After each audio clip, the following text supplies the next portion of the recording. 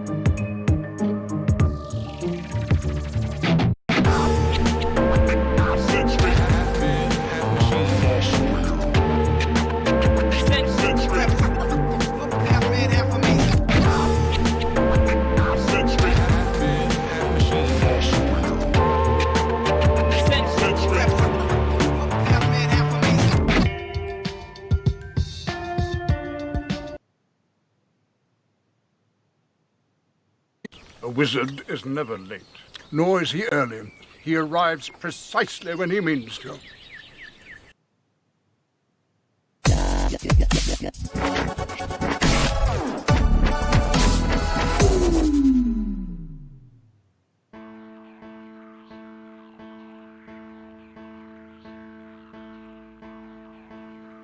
Well, hello, shitheads! I'm so glad you're here. And let me just say, Hannibal and Monty will be with you in just a bit. So it's really important that you like, share, and subscribe to this channel. Also, look out for plunger points. And if you really like them, cast a couple dollars their way, because this shit ain't cheap. I'm just saying. Enjoy, and thank you for being here.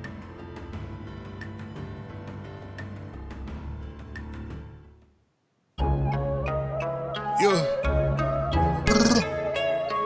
I'm all about them palm trees and sunshine, bro. Yeah. Look. You know, but no one wants to live. Ass crack Alaska, freeze your nuts up and might lose your banana. Cause frostbite ain't no fucking joke, nigga. Let you like the shipper. Jump in the ice river, eat a silver dinner. Or you might just get 8 back. Cause killer whales on the map. So you better be strapped. Cause the polar bear never lack. And that's a motherfucking fact. Who wants to see bad bitches wearing sweaters year round? No beach, no ass and titties, nah, bro, I ain't down. Fuck Alaska, that's what I say. I need to see the sun at least once a fucking day. Ooh. Fuck Alaska, bitch, I don't wanna deal with no fucked up ice cold place. Fuck Alaska, bitch, I don't wanna freeze every time I'm in the shade. Fuck Alaska, ooh, I said fuck Alaska. Fuck Alaska, meet you in every motherfucking way, yeah. They should return that bitch back to Russia or nuke it so they get one day of summer. Fuck heaters, nigga. I need a bad bitch underneath the sheets, nigga. But ain't no big bad bitches there. Ain't no walking around in your underwear. And if the heater do die, you die. Who the fuck gon' save you, my guy? Fuck a blizzard. Fuck a place with no lizards. Fuck a Eskimo. I need a real hoe. And most of all, fuck snow. I'd rather be in the sauna drinking hot cocoa.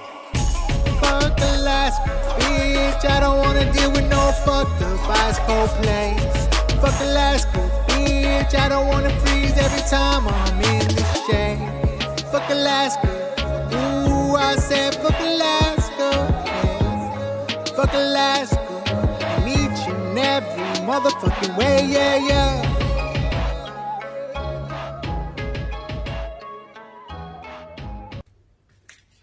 Fuck Alaska. And fuck some goddamn hand animals. God damn it, I hate when they're right. No, they're definitely not right. Fuck hand animals. And definitely, fuck Alaska. I do not believe in putting real effort in. The only two people that I will vouch for, Hannibal and Monty. Bridge to Captain Picard. Go ahead. We've just received word from the fleet. They've engaged the Borg. Mr. Data, put Starfleet frequency 1486 on audio. Aye, sir. Stan is not a great Eminem song. No, I did not say Stan is not a great Eminem song. What did you say? What happens when a masked producer and a headphone-wearing comic book artist get together to talk music shit, comic book shit, and political shit on the internet? Monty. Hannibal the beat animal. Hannibal and Monty's shit show. Holy shit! My name gets to be in the title this time. Hannibal and Monty's shit show. Why is my name second? What kind of shit is this? Hannibal and Monty's shit show. Let's talk some shit. Get your shit together. Get it all together and put it in a backpack. All your shit, so it's together. And if you gotta take it somewhere, you know? Take it to the shit store and sell it. Or put it in a shit museum. I don't care what you do. You just gotta get it together. Get your shit together. All I'm trying to say is, all I'm trying to tell you is, every time I watch that episode, I watched it 6 times yesterday. I only saw 2 lights. Uh-huh. So Monty. What's up? Oh shit, wait a minute. Can you hear me? Yeah. Are you hearing me, Monty? Yeah, I can hear you. Okay, because you weren't looking at me, so I don't know if you were hearing me. Yeah, but so it's because you're about to do what you're about to do right now. What? I'm not. I'm trying to let you know, Monty. There are 4 lights. I only saw 2. There's 4 lights. 4 lights, 2 lights, we in there though. Yeah, see, the voice of God in here. And you know what that voice lets you know, Monty? You know what that voice lets you know? What's that? And we are live. Are we live, Monty? We are live as fuck. That's what I like to hear. Welcome to Hannibal and Monty Shit Show. I am Hannibal the Beat Animal. And I'm Monty. And this is episode. Oh, you know what? There's no episode number. No. Do it. Keep rolling. Keep rolling with it. Okay. Watch it. Do it. And this is a pop-up episode. Maybe an episode about pop. Or same answer. Pop. There you go. See? All right. I come prepared. Pop-up episodes now have titles. See? So you know what?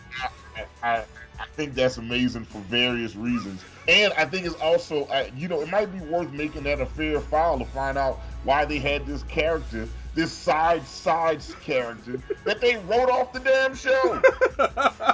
Yeah. Motherfucker was just like, they just took like Hustle Man or Bruh Man and was like, nah, your services are no longer required. Bruh Man was like the most randomest character ever. Like, Bruh Man is easily one of the most randomest characters I ever saw on Martin. Yes. I as much as we all love the show, sometimes I'm like, where the fuck did this nigga come from? Like, and why was this? You know what I really do believe? I really do believe that Bruh Man might have been Gina's side nigga.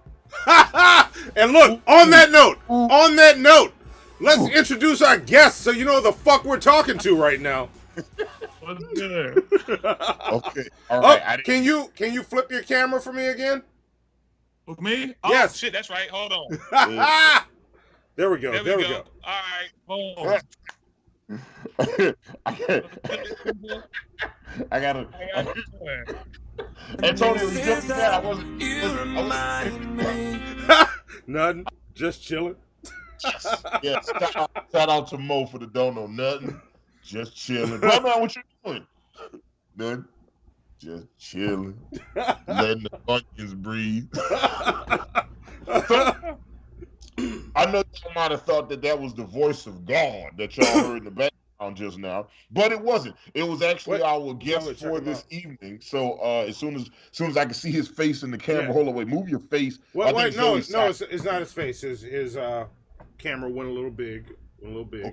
Okay, all right, you got it. All right, We good. We seem to gotta move over. There you go.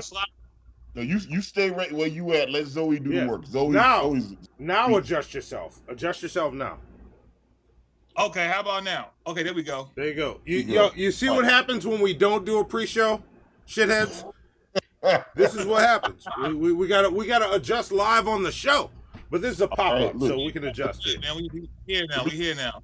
Yeah, yes. Let me set it up. So, ladies and gentlemen, let me introduce you guys to a first-time shit show guest. He is a rapper, he is a writer, and he is an actor and current writer for Culture Rush and Weekly Rap Gods, whose podcast called Reporting Fly from Somewhere drops very soon. He is Antonio. He is my motherfucking friend. Ladies and gentlemen, shitheads, give it up for Antonio Slim. Hey, drop some claps and shit emojis for me. Give him some claps and shit emojis. Make him feel at home. Come on, I want to make that a thing. Claps and shit emojis. That's what I want. Yeah, but this is the shit show. That's right. I'm used to shit shows. I'm used to shit shows. I'm probably majority of my life been a shit show. It's been a crazy shit show. Yeah. Same here. It's been a hell of a shit. How y'all doing tonight, man? How y'all doing, world? What's good? Yes. Welcome to the shit show. Yeah, we having a good ass time. We moving. We having a good day. And look, this is a pop-up episode, y'all. So this isn't even like, and this. Tito Canoe, what's up, Tito? Yeah. And we got one from Mo. Tito says at work. He says at work, can't stay long. Here's some cash. Stay classy, y'all. Thank you. Thanks, Tito. Thanks a bunch for that. Monty, you take that one. Oh, what am I looking at? Hang on. No, it's nothing crazy. It's no Monty Rodica. But look, remember, guys. Wait, I'm trying to find it.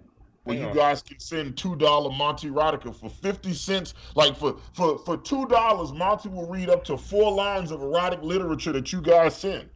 You know what I'm saying? This is the last month to take advantage of this fact. Once we get to last month was supposed to be the last month. But you remember because of the thing that happened with Alan Reyes and then divide the 2, carry the 1, and then now here we are. So September. Hold up, brother, man. You wearing my robe. That's how you know he was a side nigga, dog. Like, you know, like, come on, man, like, if you're gonna be disrespectful, dog, what is some of the most disrespectful ways you can do to the nigga? Like, you know, it's some side nigga. Like, I'm top 5 dead or alive in the side nigga category. I think the only side nigga who might be better than me is John Redcorn. Yeah, John Redcorn.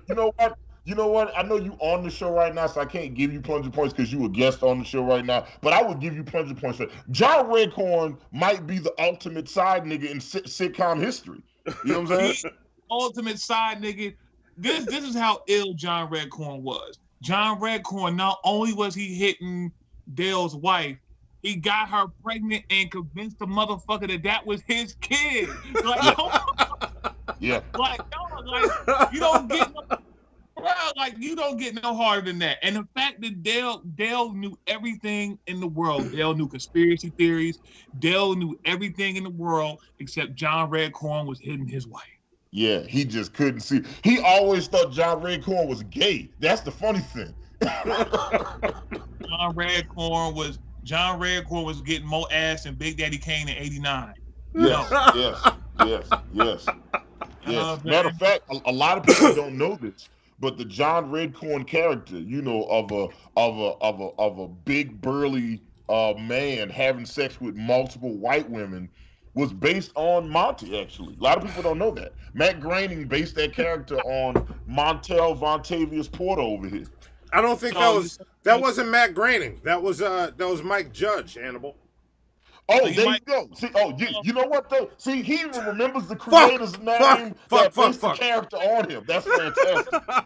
Like Mike Judge gave us Beavis and Butthead, man. So I mean, how can we not? How can we not have love for Mike Judge? He gave us Beavis and Butthead, man. And you know, and I think he said he was from New Mexico. New Mexico is like that. Don't tell me what the fuck goes on in New Mexico. Shout out to everybody in New Mexico. I need my New Mexico niggas to let me know what is going on in New Mexico. Yes, yes. Apollos, yes, we are good on the 26th. Apollos Harris in the chat.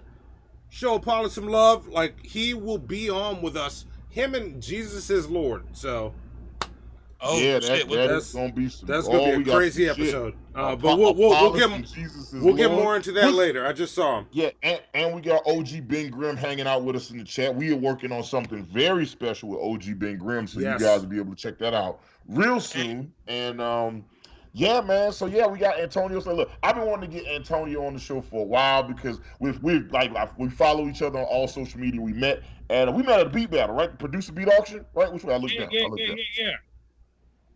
Yeah, we met at a beat battle. Shout out to my man Chew the Specialist. That's big bro. And so you know, Chew was like, yo, man, he's like, yo, fall through, man. I said, I know you got some bars. I said, nigga, of course so. So I rocked the stage, killed it. And there was two things that caught me about Hannibal. First off, it was that fucking Sub-Zero mask he had on. Man. And the first thing, I didn't even hear him make no beat. I saw the Sub-Zero mask. And I said to myself, where the fuck this nigga get this mask from? I was like, nigga, I need to know where I need one. Like, and that was the first thing I said. And then he got on stage and he flipped that. I can't think of the name. I know the sample. It's a French. Damn it. Yeah.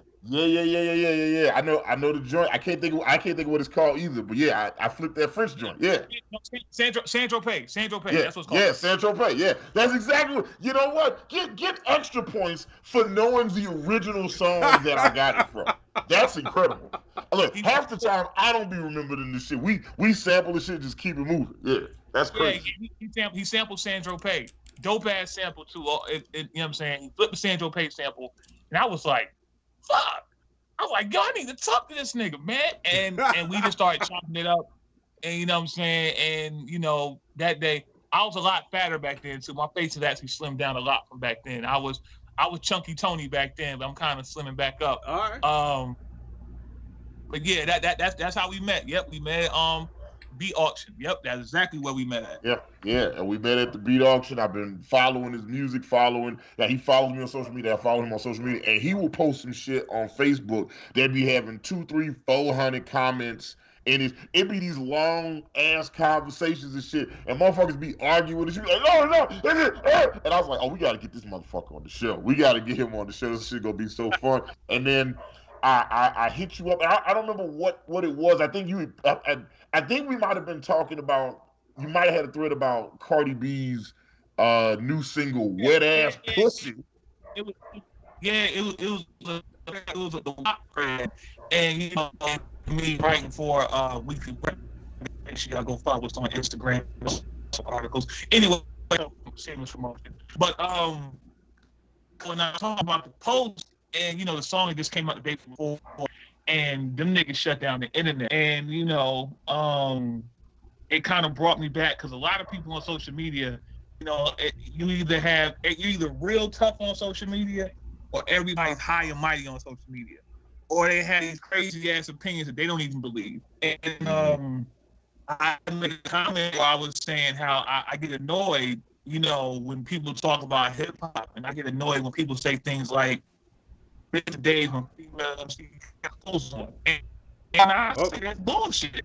I mean, from a numerical standpoint, total bullshit. You know what I'm saying? Like, when you really think about it, like I was saying before, someone brought up Queen Latifah.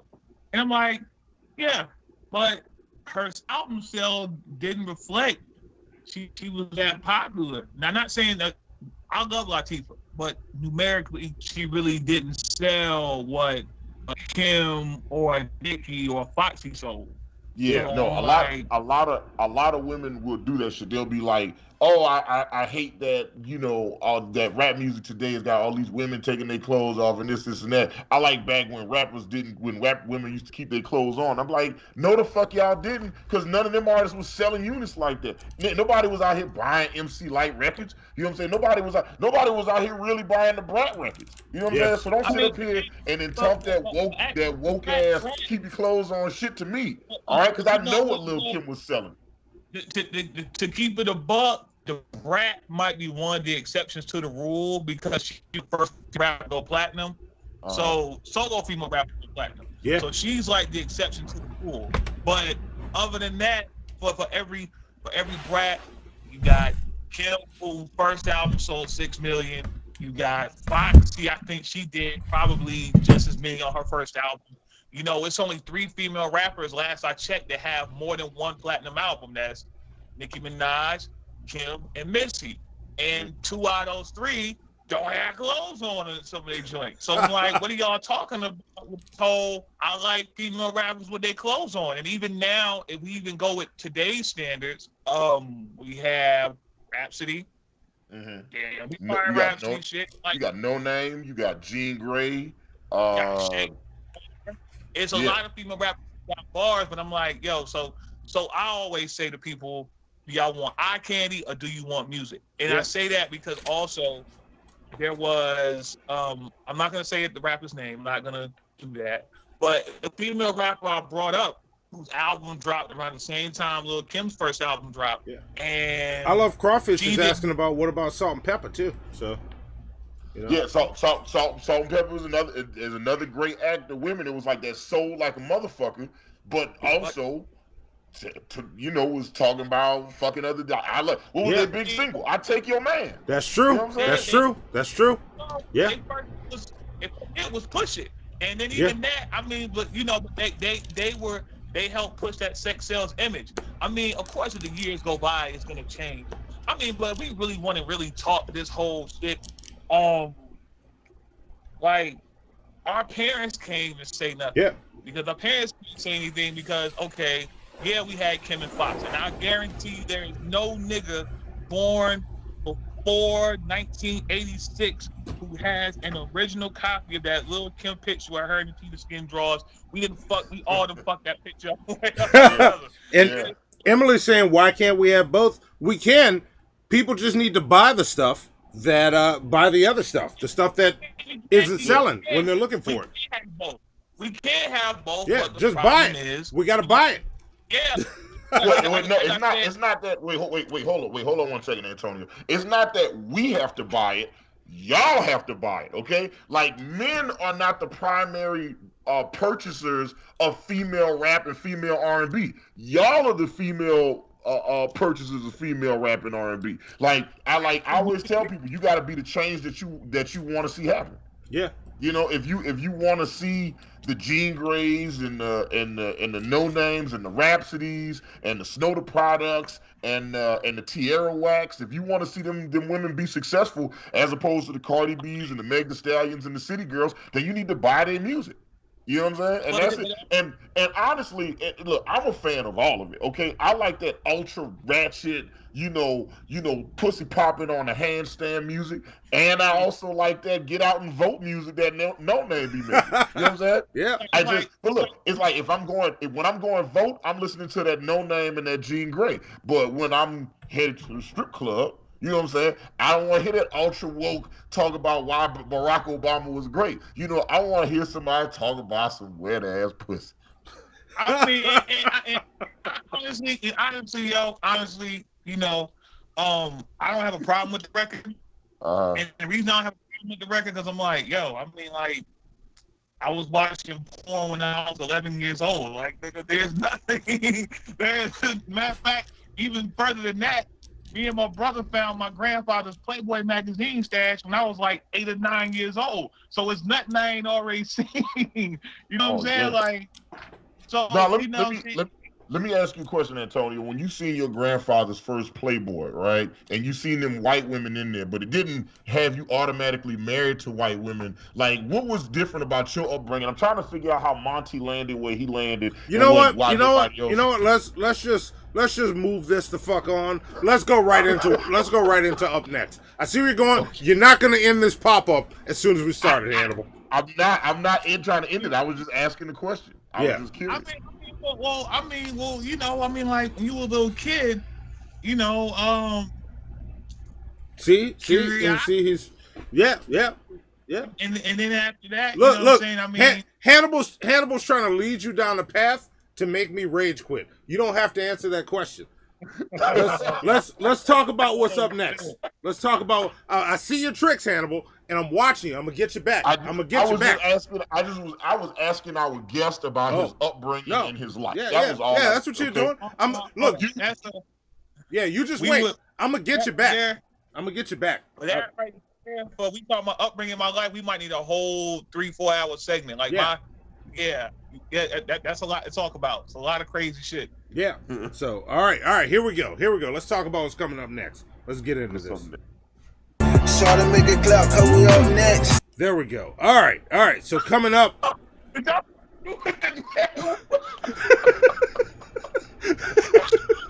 Oh yeah, first time shit show guest. I'm sorry. Look at this trapezius muscles.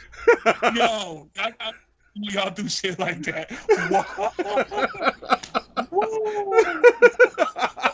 It's always fun when we have a guest on the show who's literally their first time seeing the show and being on the show at the same time. And then you get to experience it all. Remember when we had Chains on the show? Chains was like, "Yo, man, I'm way too high for y'all to be doing all this shit right now."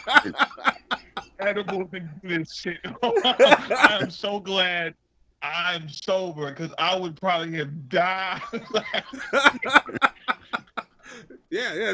This is what we talk about. What's up next? And look, we got a special treat coming for this segment. It's in the works right now, so coming soon. I'll say no more. But the very next episode of the shit show, Wednesday, or before we get to that, tomorrow.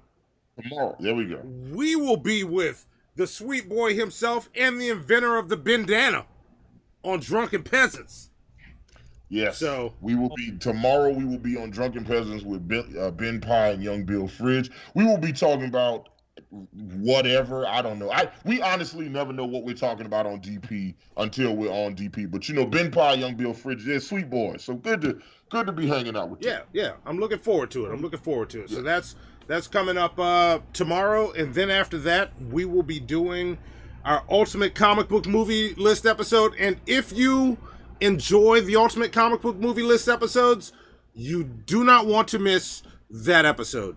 Trust me. Yes, tomorrow we will be joined by Larry from OAW, who we've been trying to get on an Ultimate Comic Book Movie List episode, because the first time we had Larry on the show, after the show ended, Larry and I ended up having us a quick little conversation about comic book movies. Oh, right, Monty? Lord Jamarcus is on with us Tuesday too. I just saw that in the chat. Thanks, Spec. Oh wow, awesome. Okay, all right. So tomorrow on Drunken Peasants, it'll be, Monty and I will be joined with Lord Jamarcus and Ben Pye, Young Bill Fridge. Yeah. So you definitely want to make sure you catch DP tomorrow. And then Wednesday we'll be doing the Ultimate Comic Movie List with Larry from OAW, and Vapion will be joining us for that one. Yes. And that's gonna be fun, because the first time we had Larry from OAW on, after the show was over, Larry and I had a very quick conversation about that wasn't quick at all.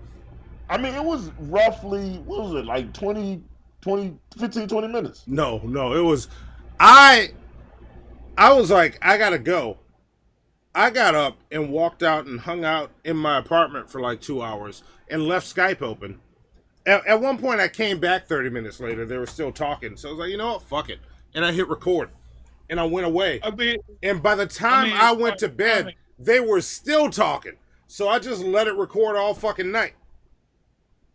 I don't know what time they finished. At one point, I was a casual comic geek. I was more into Marvel than I was DC. You know what I'm saying? Yeah. And even to this day, I think when it comes to comics, even now, I think Marvel makes better movies than DC, but DC makes better TV shows. This is my personal. All right, No, I don't think that's an opinion. I think that's a fact. Yeah, I think a we fact. could all, that's a fact. Yeah, I think we all agree to that. I mean, even though I did fuck with Luke Cage. Luke Cage was cool. I kind of liked how they incorporated. First season was Gangstar, and the second season was Pete Rock and CL Smooth. Was Pete Rock and CL Smooth songs. I thought that was a dope ass concept. I really wish they would Netflix would take that back. But yeah, that's just my personal. I think Marvel movies are ill. DC movies are kind of like I no joke. I fell asleep on Batman versus Superman. Like I fell asleep in the theater. Well, look, that's a perfect segue, Antonio, because on the Ultimate Comic Movie List episode that we're doing on Wednesday with Larry from OAW and Vapion, who is hanging out with us in the chat right now, we will be talking about Batman versus Superman.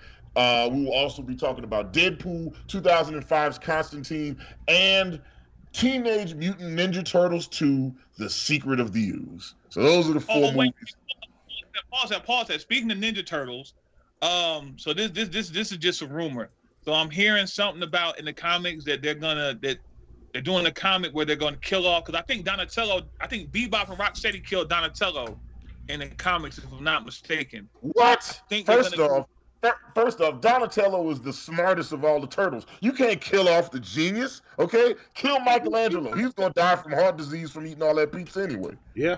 And then they're saying that I Love Crawfish said DC animated movies are 10 times better than DC live action movies. I agree. I don't think that's I don't think anybody's fighting that. Yeah. I don't think there's anybody who's seen the animated movies and seen the live action, especially this last batch of live action movies with Man of Steel, Batman vs Superman, Justice League, Aquaman, Wonder Woman, Shazam, and nobody was seeing that next to like Flashpoint Paradox and was like, this Shazam movie really hitting them. Yeah. Like, no, ain't nobody saying that shit. Yeah. But we're running out of time. Let's get through this list. Then we got August 26th, our torture episode. We will join. And look, and I gotta say this. Apollos is in the chat, and I'm not just saying this to be nice.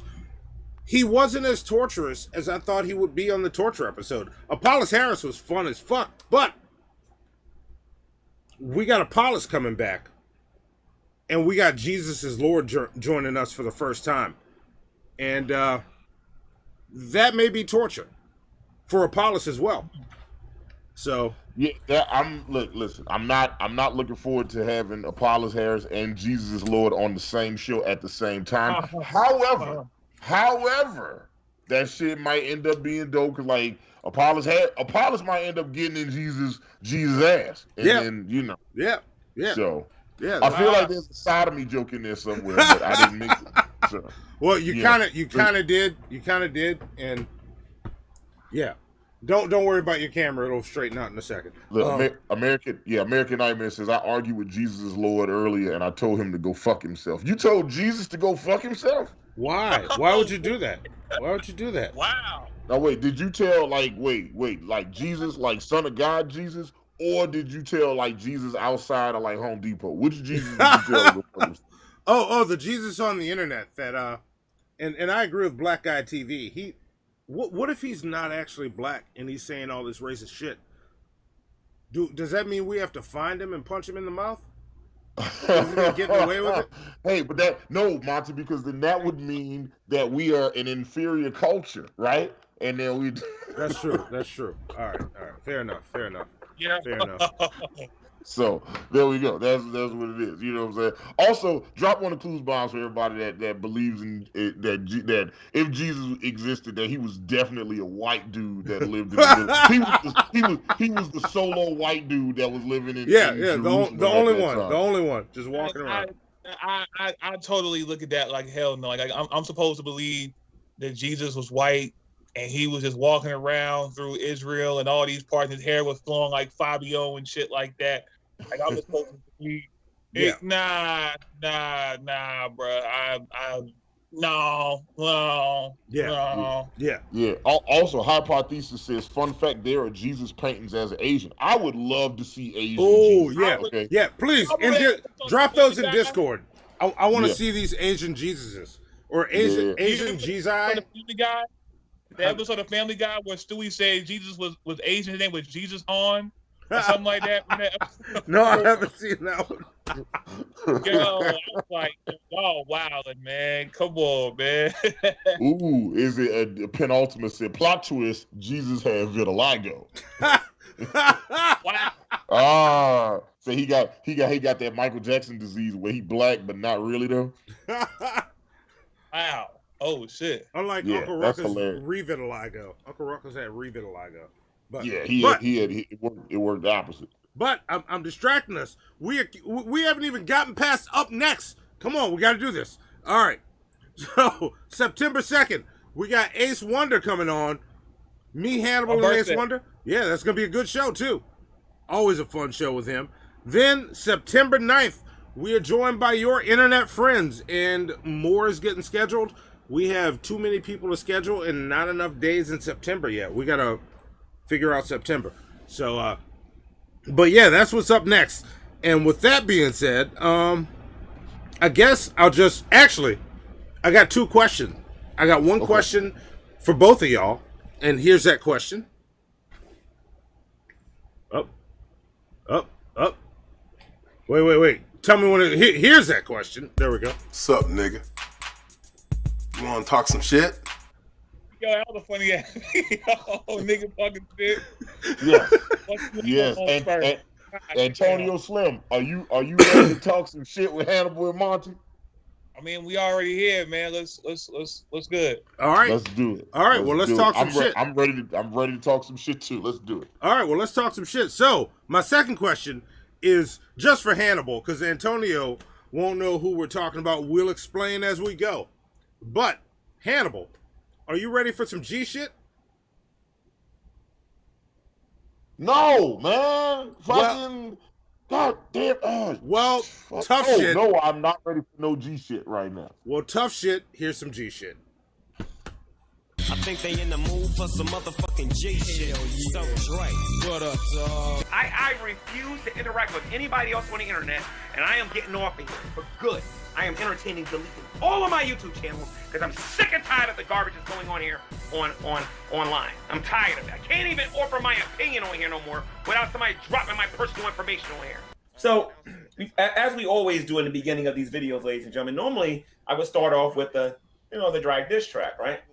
But again, I got a lot of new people watching this, so I decided to do something a little bit different. And I did have permission from Hannibal and Monty to do this.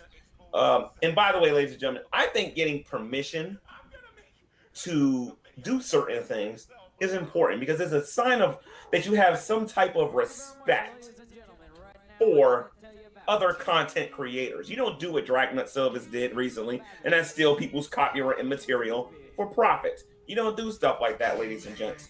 But I'm going to show everybody why I'm going to be playing the Dragnut Silvis diss track.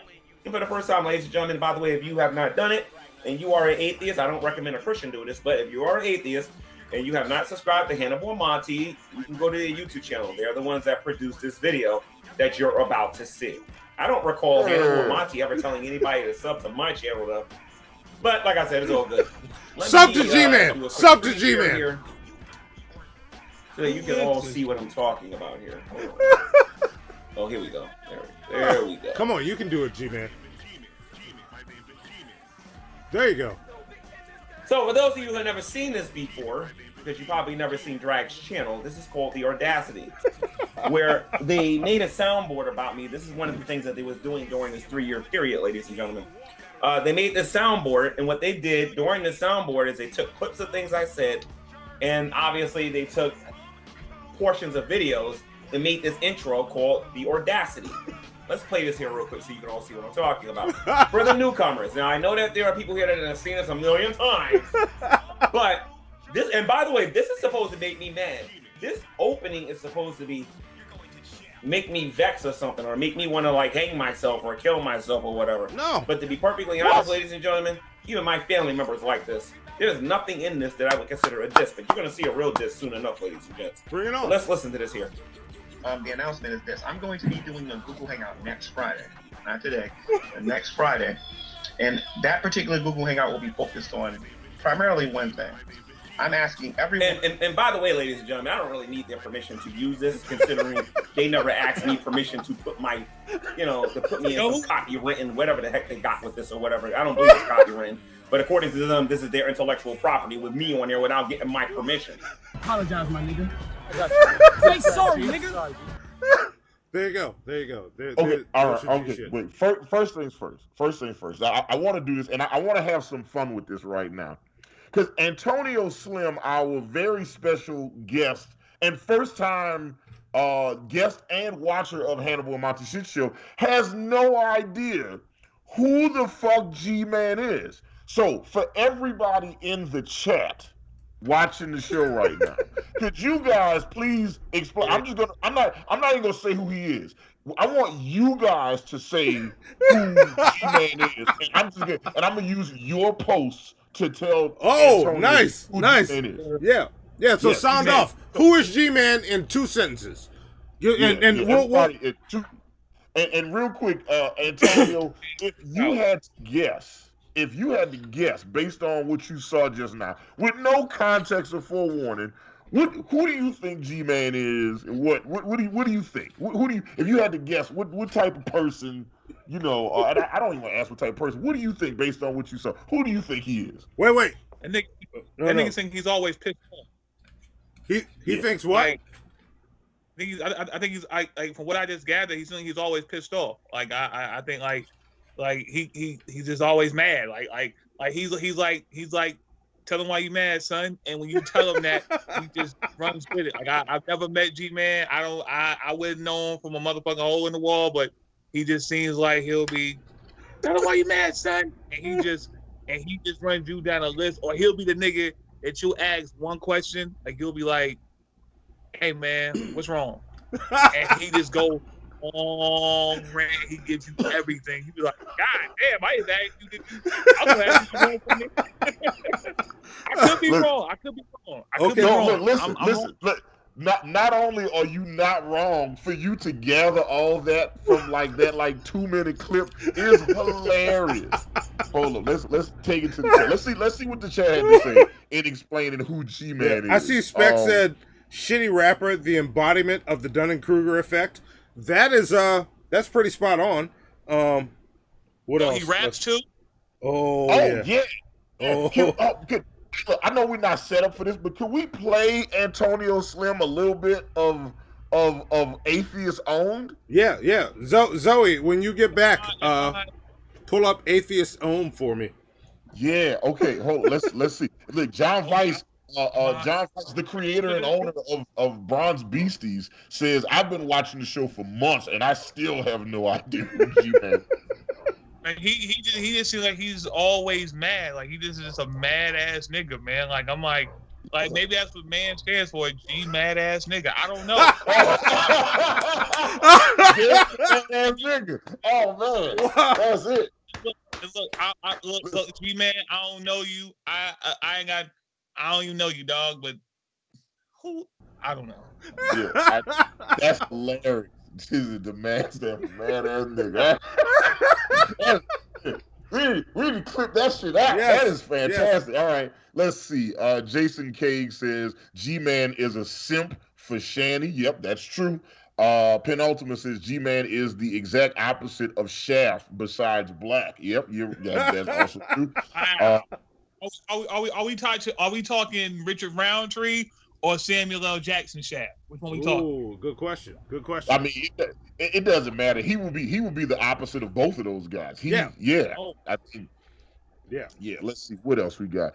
Kilo says G-Man is a sorry piece of shit, but ironically funny. Yeah, I think that's fair. American Nightmare says he's a crazy ass fundamentalist Christian who once stole $3,000 from a safe with a crowbar. That is also yes. That all these things are true. Heather Holden says G-Man is a malfunctioning clone. Yes. Emily the neighbor says G-Man is a crazy Jesus-loving grifter with a YouTube Yes. And look, G-Man, I'm sure you watch. Well, no, you're not watching it right now because we don't got a thumbs down yet. So, but like, G-Man, look, I want you to know the thoughts and opinions of Hannibal and Monty's chat does not reflect. Call them by their name, the shitheads. The thoughts and opinions of the shitheads. The thoughts of Hannibal and Monty shitheads do not reflect the thoughts of Hannibal and Monty shit show. All right, I mean, some of them do. They're just pointing out facts. That's all. I'm just reading what they. Let's see what else we got. Hillary Poor says, I have blown my power circuits twice today with every fucking AC and fans running in my house today. LOL. That wasn't for me. That was live. That was for live action, but I read it anyway. Monkey says G-Man is a gremlin. Damn. Yeah. Let's see.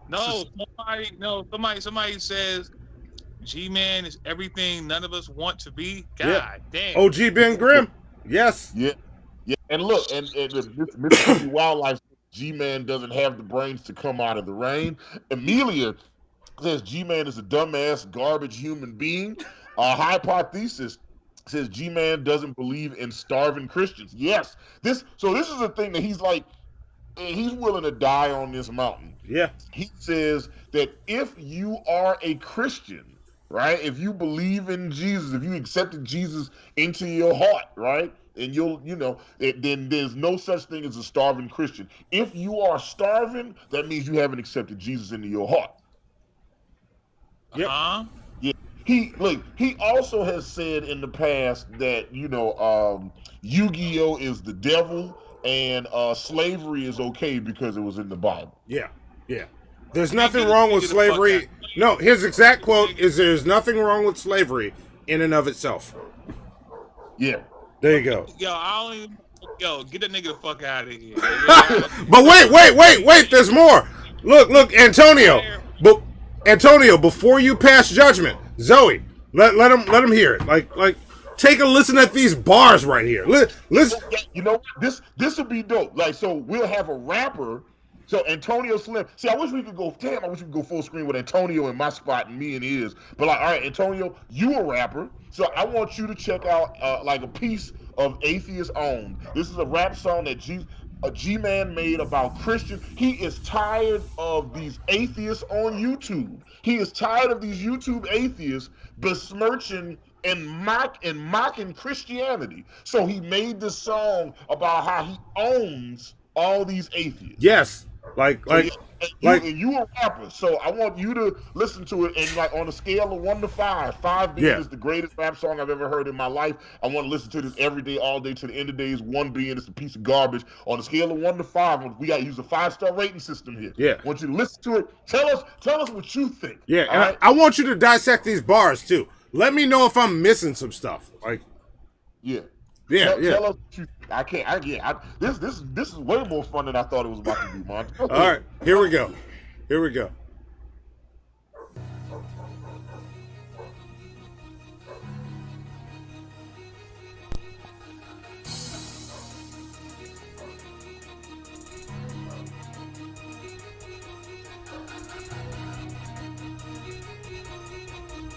This is a Line Prime Beat production.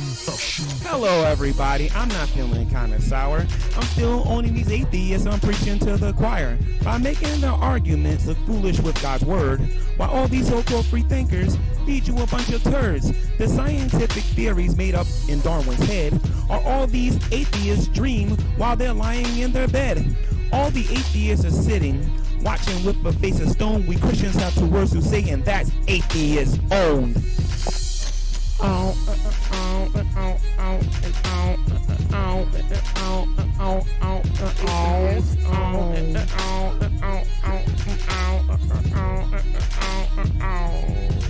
So Christians are okay, cut it right there. All right, that's enough.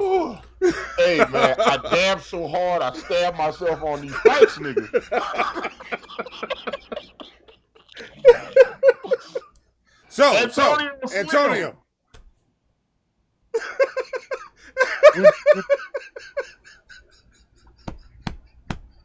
I think we broke Antonio.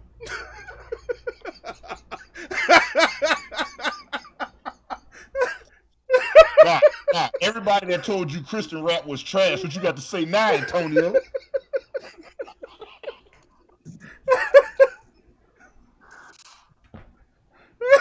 Wow. Fucking wow. I am so glad I'm not high for this right now. I am so, thank God I did not get high.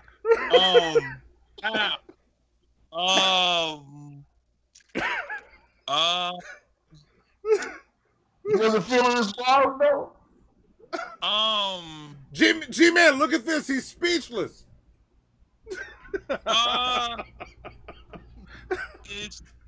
Is that was before I respond? I just want to ask questions because I don't want to, say. Was that meant to be satirical or is he like dead ass serious? No, he thinks he's good at this. Yeah. So this wasn't satire at all. This is some shit that he said. Yo, I'm gonna record this and I want to put this out for the world. And I want everyone to support this. Yeah. To this day, he claims that is one of the greatest hooks ever. The E Green sent some money. Oh yeah. He's saying what I just said. Yeah.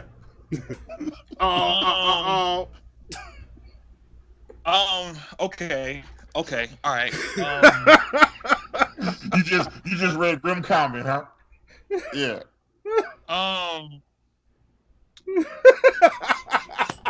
Okay. I'll say this. Fucking man, that shit was trash, bro. I'm sorry, that shit was trash. But wait. Look, wait, just for me, because this is gonna be a clip. This is for you, G-Man, so that you stop being mad at just me. What, Antonio? Look, honestly, be honest. Was he at least on beat? No, he was not on beat. There you go, G-Man. And saying this from someone who has, let's see, I mean, I've worked with a few folks. I've opened up for a few legend hip hop. Just my personal advice. You really have to learn how to ride a beat. Riding a beat is everything. Yeah. There you go. Look, there we go. Constructive feedback from my guest. Thank you. Yes. You know what I'm saying? Like, because at the same time, like, look, we're in 2020. The Rona got everybody fucked up. Niggas is eating ass and not scared of coronavirus, and Kobe Bryant is dead. So anything can happen. Nigga, Kobe Bryant is dead, dog. Like, God damn. You know how weird that shit sounds saying that? Yeah. Rest in peace, Kobe. Rest in peace, Kobe. Virgo gang. So, I mean, I think September 2nd is my birthday, so I'm, you know what I'm saying? So I'm, yeah, I got you. Oh, that's right. And then Beyonce is what, September 4th? I think. Hers 4th. Yeah. And, so yeah, y'all got a nice little. We got. Then you know we got a nice little run, Virgo gang. But you know what I'm saying? I mean, he definitely. I don't know if he's trying to go the blue face of gospel rap. I mean that could be it. He could be the blue face of gospel. I mean, like I said, See, that might be dope. He's the gospel rap version of Blueface. That way, if you're not on beat, it don't even matter. Yeah. Which you know what's funny about Blueface is the nigga will dance on beat, but will not rap on it. It's incredible. Yeah, man. I mean, but it works for him. So I mean, so G-Man might be the blue face of gospel. So you know what I'm saying. So shout out to G-Man, yo. Shout out to. There you go. Shout out to G. There you go. Look, we got a couple that came in from Hypothesis sent two. He says, "Yo, when's y'all birthdays again? I got some shit to send you." Well, Antonio Slim just told you his birthday September 2nd. Mine is October 22nd. Monty's is November 22nd. So we are a month apart from each other. You know. Yeah. So there we go. And then Hypothesis also said to tell you, Antonio, he says, tell Antonio about G-Man losing a rap battle to a French-Canadian white nationalist. Yeah, he did. That did happen. I didn't see all that, but that happened. yo, man, yo. Pause that. Where y'all find this nigga, man? Yes, thank you, Antonio. And that's the question that I ask Monty every time he brings up some G-Man shit. And he's always like, it's like you know how like when I was young, I had a neighbor that had a retarded dog, right? And it's a dog, so I can call it retarded. I don't have to call it autistic, all right? Motherfucking dog was on the spectrum, right? And then the neighborhood kids would just throw, like if you threw a can at the fence, the dog would run at it full speed and then hit his head on it. And I'm like, man, stop fucking with the retarded dog. Let him just be, let him enjoy his retarded happy life, okay? That's what I got to tell you, Monty. Just leave G-Man alone. Let him enjoy his Christian life. Okay. Man. Yeah, but let him live, man. I mean, Look, I don't know if you've noticed the pattern to G shit, how it works. I only grab shit when he says something about us. So wait. So you mean to tell me y'all have like a long standing beef with this nigga? No, it's not even a beef.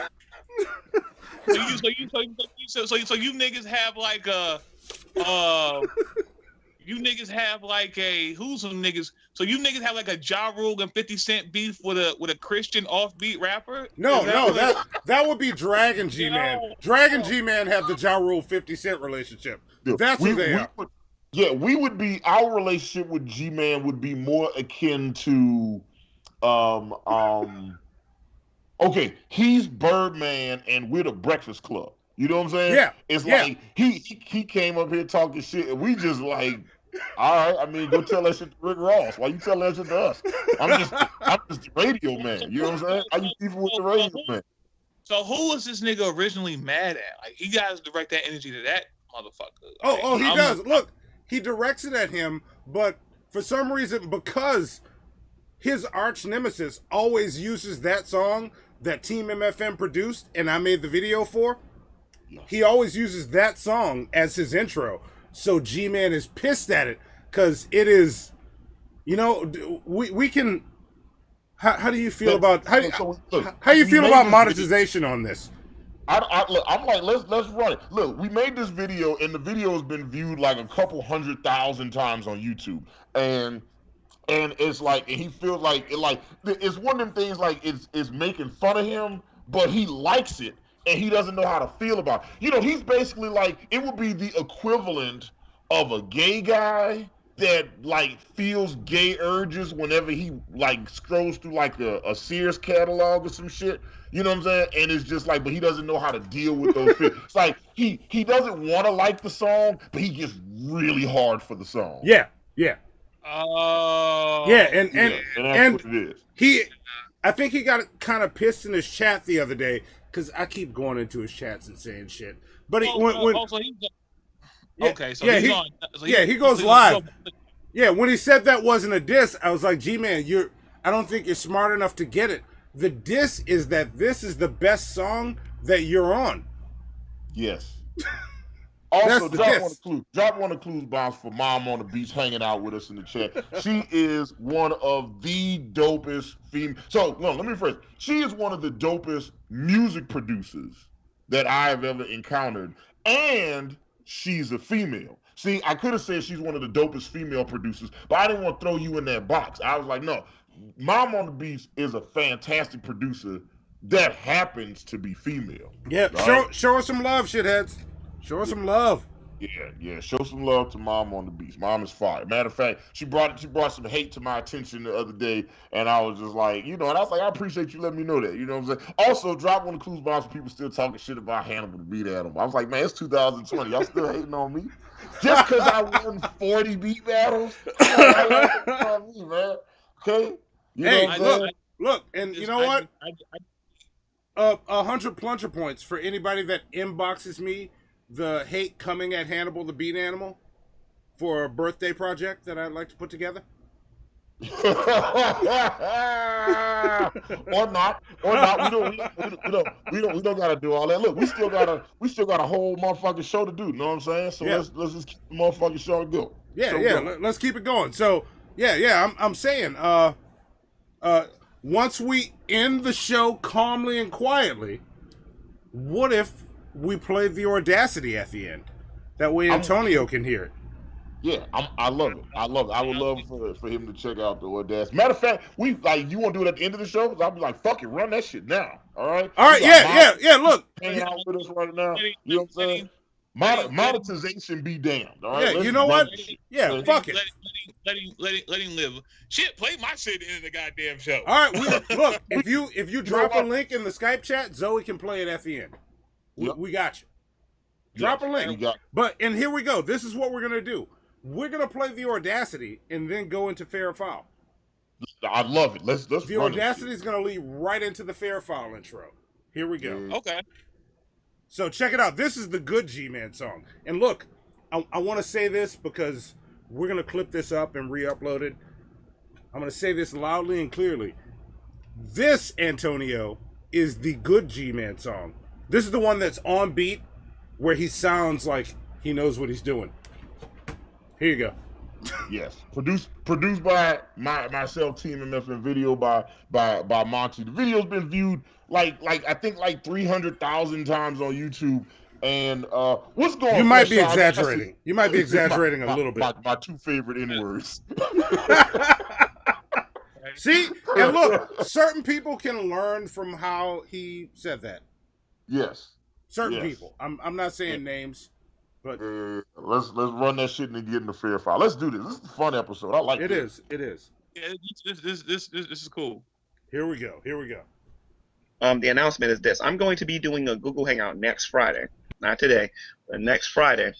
And that particular Google Hangout will be focused on primarily one thing.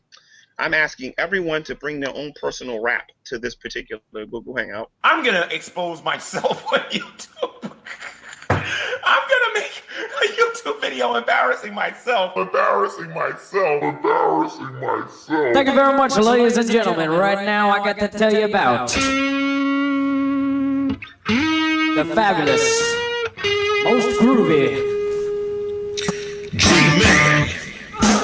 G-Man. You know you're breaking the law right now. I will stomp a mud hole in you, sir. I am not playing, Dragnet. My name is G-Man. You got the audacity. You're going to jail. You got the audacity. My name is G-Man. You got the audacity. That's all I got to say. You got the audacity. I sold $3,000. You got the audacity. You got the audacity.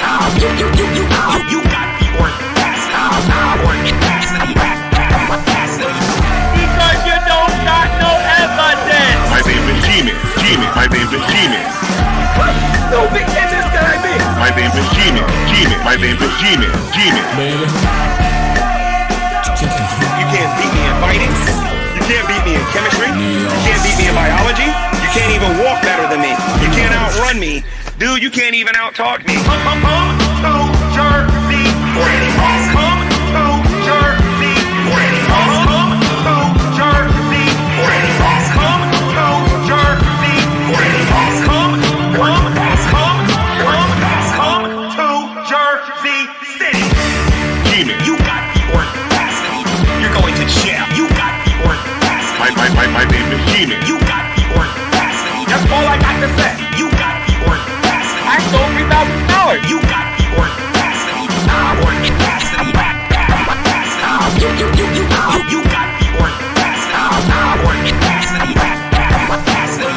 Because you don't got no evidence. My name is G-Man. My name is G-Man. No big business can I be? My name is G-Man. My name is G-Man. You can't beat me in fighting. You can't beat me in chemistry. You can't beat me in biology. You can't even walk better than me. You can't outrun me. Dude, you can't even out-talk me. Come to Jersey. Come to Jersey. Come to Jersey. Come to Jersey. Come to Jersey City. I don't think. Hello, everyone, and welcome to another edition of Preaching to the Choir Ministries. Yeah, don't. Yeah. He's got to go. You gotta let. Yeah. yeah. Let that guy go. Yeah. Let him live. That guy is. I have no words. I have no. You muted, Monty. I'm unmuted. Yeah. See what I'm talking about? That was I have no words. I'm not gonna. I don't have any words. I had Sheila told me earlier today. She was like, I don't know how I feel about she was like on the she thinks G-Man is on the spectrum, and she feels like what we're doing is akin to bullying. And I was like, no, he is a very sane. I mean, not that being on the spectrum has anything to do with sanity, but you could. I think he's a very stable genius. He could be president of the United States. No. Look. If a nigga can hold a sledgehammer and scream threats while holding it, on the spectrum or not, this motherfucker is fair game. If he can threaten a man's wife and child, spectrum or not, this motherfucker is fair game. If he can dox people and cause harm to them, this motherfucker is fair game. Look, I'm gonna stop right there. I can go on and on all night with this shit. But this is what I'm saying though. It's just like when people, it's like people that don't curse. But they have sex. I'm just like, what are they saying? Like, oh darn, oh darn, oh darn. Like, I don't even know how seriously I could take this shit. Yeah, you know what I'm saying? Yeah, I hear what you're saying, and I'm not disagreeing with nothing that you're saying. Because you're right. It's just like this motherfucker's putting people whole addresses and last 4 days social on the internet and shit. He's wild. Yeah, he's he just dropped Drag's name on his channel like he was doxing him. Drag doesn't care, but that's his go-to threat. He will say your name and address if you piss him off. See, now just coming from a again, don't know this individual, but he's gonna watch this episode back and make a diss song about you. He's gonna be like, oh yeah, he's gonna watch it. Look, listen what I tell you. He's gonna watch this episode back and he's gonna be like, let me tell you something, Antonio Slim, or whoever you are. I've never heard of you before. And he's gonna be super. No, see, Hannibal, you got it wrong. He's gonna go, let me tell you a story about Antonio Slim. He went to the store to buy some Slim Jims. That's how G-Man raps. I really hope it doesn't go there. But just in case it does, I just want to just say these things. I'm not really the tree you want to go barking up when it comes to the bars. This is fact. This is facts, G-Man. Stay away from Antonio, all right? Not what you want, because I just really got back in rapper mode. You know what I'm saying? I really been doing my media shit for years, and at the same time, I haven't put any music out. The last joint I put out was Pete Rose, which was produced by my man Black Metaphor. Shout out to the homie Black Metaphor. Drop one of the bombs for Black Metaphor. Look, real quick, I've been trying to get Metaphor on the show for a while. Black Metaphor did Ali Boumaier for Game. He's produced for Game, Rick Ross, Kendrick Lamar. He did Idols Become Rivals for Rick Ross, the song where he was dissing Birdman from Cash Money. It's just like Metaphor is the man. Like, so that's my guy. Yeah, and wait, real quick, Lord Jamarcus, I won't ignore you. You can stay awake during shows. Just know that. Hannibal, keep going. Also, just a fair warning, if it does come down to that, I just want to say, everybody wants smoke till they catch emphysema. Damn! But honestly, man, I don't want to do that because my new, matter of fact, my single Easy's coming out next month. You know what I'm saying? So my joint, I got a single dropping next month, Virgo season. We back at it. But I don't want no problem with G-Man. G-Man seems very dangerous. I'm gonna let G-Money. I'm gonna let G-Man. You seem like a dangerous guy, man. I don't want no smoke, man. I just want to just chill and enjoy my life right now. I don't want no smoke, G. See, there you go, G-Man. Gary is a mad ass nigga. That's what it stands for. G-Man. Gary, a mad ass nigga. There you go. So now think about that. Now every time we talk about Oreo Jenkins, aka Negro Diamonds, all right, now y'all know that's what G-Man stands for. Mo sent us a Streamlabs just now. Says if G-Man it's hilarious. Yeah. He said if G-Man were an ice cream flavor, he'd be pralines and sadness. God damn, that sounds disgusting. Gary couldn't find a beat if he did push-ups onto a cat litter. What? Wait, did he already did that shit? Fuck. Yeah, leaders, yeah. And Fleshaga said excellent work. I don't think we got that one. Thank you for that. Yes. Thank you for that, Fleshaga. All right, look, come on, let's move into fair file. And thank you very much, Mom.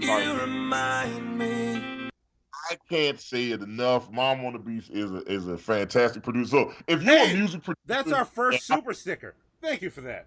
There we go.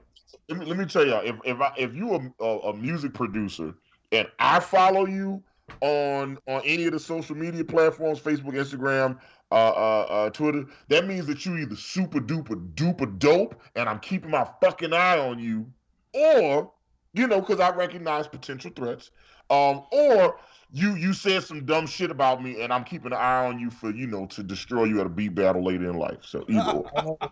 Oh shit. Okay.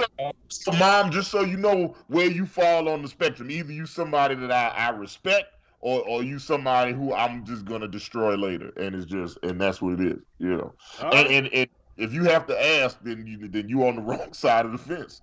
So it's very, very, very true. Yeah. You see me do work before. You know how I get busy. Oh yeah, I like I said when I saw it, when you came out, and what was crazy you had like I said the mask. I still need one of them goddamn masks. Wait. This guy who and if y'all don't know, everybody that know Monty makes the masks. Okay, yes, this mask. I made that mask. But wait. Right? Before you finish that, I gotta give out plunger points to 006. He says Shanny's mole is bigger than Rev's pole. Take your plunger points. Get the plunger. But continue. Shit, but it's like I don't know what joint he played, right? So he had a joint turned up, and it was almost like he did like some shit like in Mortal Kombat 3. Remember Mortal Kombat 3? I think when a Cyrax finishing move, he blew up the world. I think it was what he did, and he kept like raising his hands up, and the shit blew up. And it was like when he played the beat and the bass line hit, Hannibal kept doing his hands like that. And I was like, so no, he when Hannibal does beat battles, it's almost like not only are you just hearing the beat, he's also putting on a show at the same damn time. And I thought that was pretty creative, because a lot of cats at beat battles and things like that, from what I see, is when the beat comes on, usually it's just them and their homeboy just sitting here like, and sometimes the shit don't really be that good.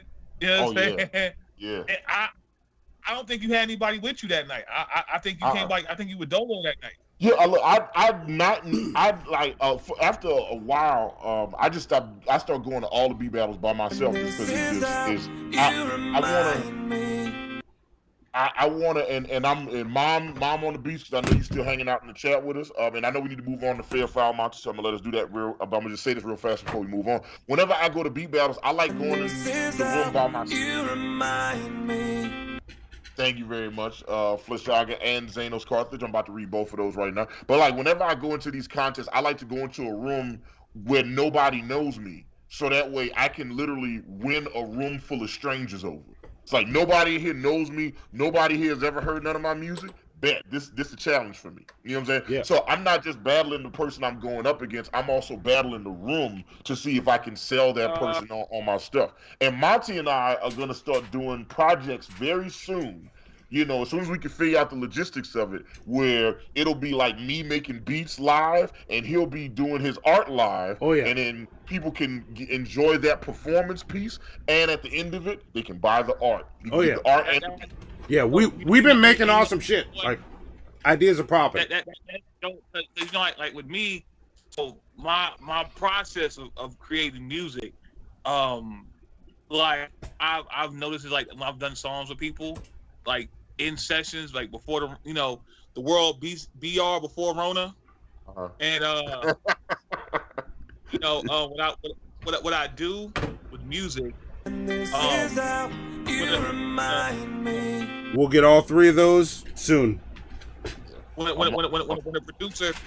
producer sends me a beat, pretty much, or if I'm in the studio and they're playing me a beat, I'll listen to the beat 3 or 4 times and I'll memorize the beat in my head. And I memorize the beat in my head and I'll leave the room. Like I can't write while music is playing. So I'll memorize it in my head on some playback shit, and I write to the beat in my head. And when I got a verse done, I play the music back. Like I know to some people that shit sounds strange, but my brain just kind of registers the whole beat in my head, and I just, you know what I'm saying, right there. That is it. I've never heard anybody say that he's like, okay, all right, let me. I'm reading them because I see they coming in. And first off, we appreciate y'all. And look, remember, like this is the last month where y'all can for $2. No, get stop to read y'all Monty erotica. So for just $2, you guys can send in any 4 sentences of erotic literature, and Monty, Vontavious Porter, the star of such film as Jay and Silent Bob's Reboot. He has been in movies with Ben Affleck, Matt Damon, and his good close personal friend Chris Hemsworth, right?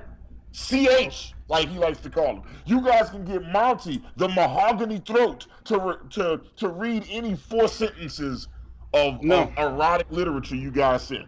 And Monty has told me privately that it makes his sex life amazing. No, stop. Just stop. Well, I gotta stop because I gotta read the rest of the stream. Yeah. Mo said, "Shut up and take my money for art and music." Thank you very much, Mo. We appreciate the support. Flesh Yaga sent us some emojis, which, okay, yeah, all right, I got you. Zanos Carthage says, I stole $3,000. Here's $2 of it. Thank you very much, Thanos Carthage. And look, if you want to send to another $2 and write out some erotic literature, send it to Monty. He'll read it. And Flesh Yaga also said, every time someone takes down G-Man a notch, I'm going to love this video. The most delusional person, apart from the vigilant Christian, that's still coherent. You know, I'm not familiar with Vigilant Christian either. I feel like he's somebody that we need to probably talk about at some point. Actually, Hannibal, you saw the Vigilant Christian on the very first shit show. Number 1. Episode 1. You saw the Vigilant Christian. And I've never put him as check this shit out again. So I'm going to fix that. Okay. All right. Okay. Well, that's it. Now, that being said, what's the time for, Monty? Oh, it's time for Fair or Foul. It's time for fair motherfucking foul. Let's do it. Let's do this shit. Here we go. Yes. How big are your balls? Okay, Mr. Rashid. Are they ready for the truth? Yes, they're ready for it. Just love it. How do they hurt us? Because they love Phil. We don't need to give any time to that mess, do we? We're talking about deliverance. See, I'm talking, so many people out there are captives. And I'm talking about homosexual lifestyle. I was delivered from something like that. I was a prostitute for over 30 years. I sold my body on the street corners. See, I can talk about that sin. Hallelujah, because see, I was wrapped up, tied up, tangled up. And I loved it when I was doing it. Hallelujah, God came and purged me. Hallelujah, God made me get it the old-fashioned way. You just turn your soul unto me and I'll use you. But now I can shake for Jesus. I'm under the anointing of the Holy Ghost. Bless you. Suck my cock, bitches. God bless you. Has the Imperial Magistrate reached a verdict? I have. Guilty or innocent. Innocent. Feed him to the Sharkagons.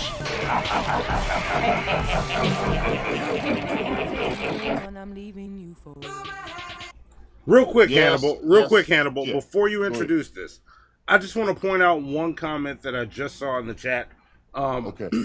Lord Jamarcus says, Hannibal is all about making Monty read stuff. But when someone sends a hand erotica, he dodges that shit like G-Man dodges the beat.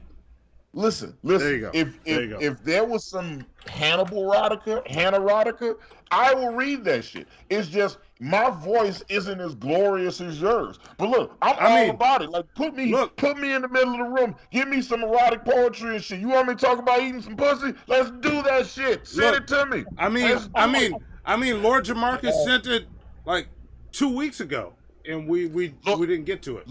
Lord Jamarcus sent. Okay, Lord Jamarcus message us on one of the social media platforms. Send it to us in Discord. Send it to Monty on Discord. DM me on Discord what it was so that I can share it later. I got you, and I will I got do you, it. Lord I got Jamarcus. You know what I'm saying? And I'm like, look, and then look, somebody should send in some Monty erotica. That way we can listen to Monty erotica and Hannah erotica side by side. Let's not. Which one is better? Let's not. Let's just not do it. But anyway, fair foul. Here we are. So, fair or motherfucking foul. All right, here we go. So, every day, I, Hannibal the Beat Animal, do a deep dive on the news. I start off on a news aggregator site. Then I go to Associated Press, followed by CNN, Fox News, Politico, Breitbart, Reuters, The Blaze, The Hill, Breitbart, InfoWars, Huffington Post, MSNBC, Snopes, Red State, etc. I read 100 different news stories on 100 different websites, and sometimes when I get to the end of the story, I wonder to myself, was the end result fair or was the end result foul? So we're going to talk about two specific stories today that involve music on, the hip-hop industry. You know what I'm saying? So let's have us a frank and open conversation. The first fair foul story comes from the Los Angeles Times, right? Okay. Cardi B and Meg the Stallion, are they enemies of God? Okay. Let's you know right out the gate where we going with this. Okay. Within hours of release, the rapper's filthy new collaborative single, WAP, became an instant candidate for Song of the Summer. The single, whose title is an acronym for the Forthright Sexual Overture, stands for wet ass pussy. All right, let's get that out the way. WAP stands for wet ass pussy. Yes. You didn't know what the song stands for? It stands for wet ass pussy. Yes. That's what it stands for. Okay. Yes. Like in the words of Della Reese, if you throw it in the air, turn into sunshine. Okay. There you go. That's what I'm talking about. Now, fun fact, my family nicknamed my neighbor's daughter Sunshine. If anybody in my family's watching, don't watch the show, and then you won't hear me say this shit. Damn. Okay. Yeah. It's so good. Look, and like Layla Sean plays Sunshine in the movie. She fucked a white man. That man divorced his. He just left his. He said, "I ain't coming home no more." Yeah. Speaking of Harlem Nights and really thinking about that time period, maybe this is just me, maybe just like the perverted side of me. Have you ever thought back in your mind, like, have you ever said yourself in your head, like, I wonder what them old chicks back in like 1920 and 1918 pussy was hitting like is it better than the pussy she has now, or is it? I feel like there's something wrong with me. Like I really be like in Harlem Nights, like he really did. Like I'm like yo, like. You know what I'm saying? Even one further before we go deep. So I know everybody's been dragging Meg and Cardi for their song, but we can go back to the godmother of this shit, Bessie Jackson, aka Lucille Bogan. And I think the videos of her blues have been floating around the internet for some years now. Yes. But she has a song called Shave Me Dry. And yes. This is some shit she said in the 1930s. And actually, another fact about Lucille Bogan is she must have had some WAP, because the man that she married was actually, I think, 16 years younger than her. She was Damn. She was snatching young niggas' souls, huh? Damn. Look, wait, let me read this. So wait. Let me read this so we can get into it, because I want you to save all of that, because I think all of this is gonna come in. I think this is gonna all be good. Look, check it out. Within hours of release of the new single that samples Frank Ski's Baltimore Club classic "Whores in This House" and serves as both Cardi B's return. Yeah, it serves as Cardi B's return to pop spotlight and Megan Thee Stallion's victory lap over everyone who made cheap jokes about her recent brush with gun violence. The video has already clocked in. At the time of this article, it was 13 million views. I think it's like something like 60 million views now. And it's packed with Alice in Trap Wonderland delight, hallways to nowhere, several varieties of jungle cats, a pit of live snakes, and cameos from Kylie Jenner, Rosalia, and more. It is also deeply upset California Republican congressional candidate James P. Bradley, a Coast Guard vet and health industry executive running to replace noted Twitter swordsman and LA West Side representative Ted Lieu. So James P. Bradley is trying to get Congressman Ted Lieu's congressional seat. James P. Bradley claimed to have heard Cardi B and Meg Thee Stallion's collab accidentally. Okay, now to our lovely producer Zoe, could you go to accident? He said, like, according to him, he said he accidentally watched the video twice. We gonna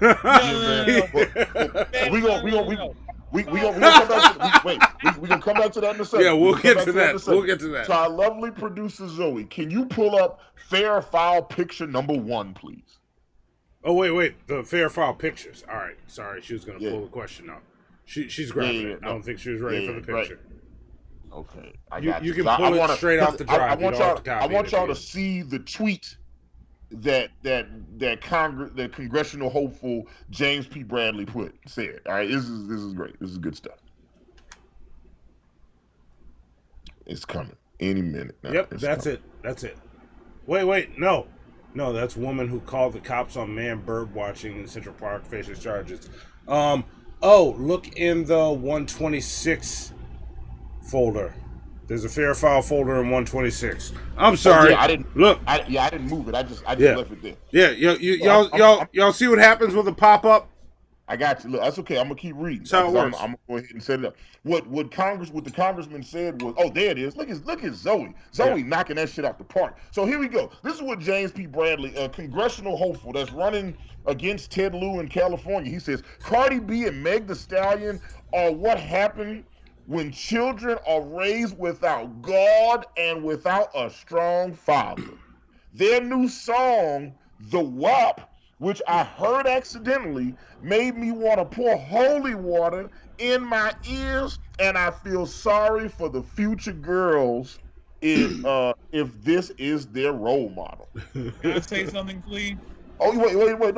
Oh, yeah, you will get to say something, I promise. Okay, you're gonna get to go first, too. Yeah. And he says, now, for the record, Meg Thee Stallion did indeed have a strong father figure in her life. And she even said on Father's Day, she said, "Happy Father's Day to a real OG, the best dad in the world. My first best friend, my partner in crime, when my mom would fuss at us. He passed when I was 15, but I still apply every lesson he taught me at an early age to this day in my life. I miss you every day," she wrote. And Cardi B is no stranger to faith, saying, if I was to see Jesus Christ, I would kiss his feet. I wish I could give God a hug, bro. I love my supporters and I love God. The devil be working, but God always works harder. But that's not what Congressman James P. Bradley said. He said that these children, this is what happens when children is raised without God, without a strong father figure. That's what the fuck he said. And just to add a little bit of smoke to this shit, to our lovely producer Zoe, could you click on Fair Foul picture number 2, please? Because then after he put out this tweet, he put out a second tweet that said, "Secondly, while I personally take offense to the lyrics and messaging of this song, I absolutely respect her First Amendment right to make it. Also surprised that Twitter doesn't mind this kind of free speech, but has a problem with conservative free speech." Man, fuck him. Zoe, hold up. Zoe, load up the question. Here we go. Let's do this now. Everybody in the chat, let us know what y'all thinking. Make sure you tag us. Tag us. Yeah, make sure you tag us. Hit at Hannibal and Monty, so that way we can catch your responses and talk about it right now. So let's have a conversation right now. Is Congressman Bradley's tweet about Meg and Cardi B, is that fair or foul? Is that fair territory, foul territory? Everybody in the chat, Monty, Antonio Slim, let us know what y'all think. All right, let's talk about it. Is it fair? Is his tweet fair or foul? Antonio, what's up, brother? What you got to say? In the words of the late great Richard Pryor, I had to quote the iconic genius. Congressman Bradley needs to have a Coke and a smile and shut the fuck up. Yes. Yes. And it's not even fair or foul. He needs to have a Coke and a smile and shut the fuck up. James Bradley is the type of mother. You know what James Bradley is, yo? James Bradley is one of them motherfucking congressmen who fucking go to these high-end hotels and buy prostitutes. He is the motherfucker who would kick all this Christian shit, but will be the one get caught in the hotel room with a dominatrix with a dog leash and a chain around his neck, getting whipped and shit like that. Like he's the one talking all this Jesus shit. Like, man, no, have a cold. Just shut the fuck up. First off, nigga, how do you accidentally hear the song? How do you accidentally see the video? Like, for you to see this video, he said he saw it accidentally twice. Like, he admitted that he saw it twice. No, you don't accidentally see anything twice. Walking in on your mom getting dressed, especially that song. You do not accidentally see that song twice. Continue. Hey, look, I got a homeboy I used to work with at Home Depot named Brian. Shout out to my homie Brian. Brian had sex with a tranny girl twice. Oh, I didn't mean to say his name. Brian H. Okay, there we go. I didn't say who it was. There we go. You don't know what the H stand for. Yeah. But he did it on purpose, though, right? The second time, yeah, but not the first time. The first time he didn't know. You know what I'm saying? Yeah. He said, I'm curious. And the second time he was like, fuck it, let's go. Yeah. The first time he was like, oh shit, she's got a dick, but I already paid. Then the second time it was like, I mean, that was some good ass dick she gave me. So. But furthermore, with Bradley, he was just talking to be talking. You know what I'm saying? Because I'm like, it's motherfuckers who have fathers in the homes and still do dumb shit. Like I honestly, it's not that I again goes back to what I said earlier. I'm not perpetuating it, saying that do it. You know what I'm saying? Because like I said, there's nothing in music that hasn't been done before. And like I said, to bring religion into it is like, man, it's fucking ridiculous, yo. Like, I'm like, it's a fucking video. Like, motherfucker, you went back and watched that shit twice. Tell the truth, nigga. Tell the truth, Bradley. You saw a thick ass black woman, a thick ass Puerto Rican, and you said, I want that, and you went back and watched the shit again, motherfucker. It was not no accident.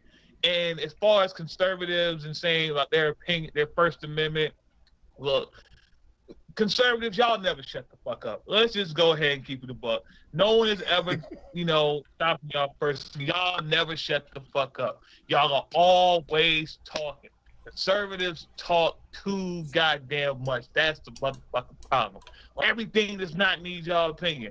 And honestly, I really kind of feel like if God could really come back and talk, he would probably tell y'all shut the fuck up too sometimes, because everything does not need y'all opinion. Man, like look, I don't. Bro, if God is real and he came back and was not a white dude, they would just be like, that's not God. Yeah. Nah, I don't know who you is, bro. Of course, they would call the police on Black Jesus. Look, no, yeah, they would call the cops. They would call the cops on Black God and say, help! This nigga is smiting me! I don't know how he's doing, but I'm being smitten! The nigga is smiting me! They Black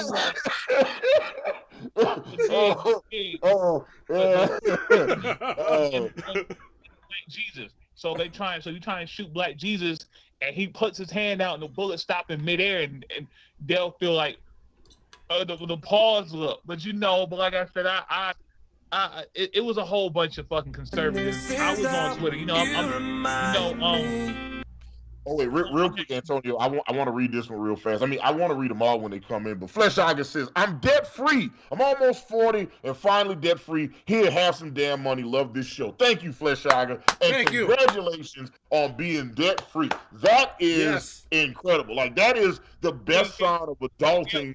Right, the right. I'm almost 40 and still in debt. Can you send me a couple dollars too? Dollar sign Antonio Slim. Yeah, I take change. I take twos and pews too. So real quick, we gotta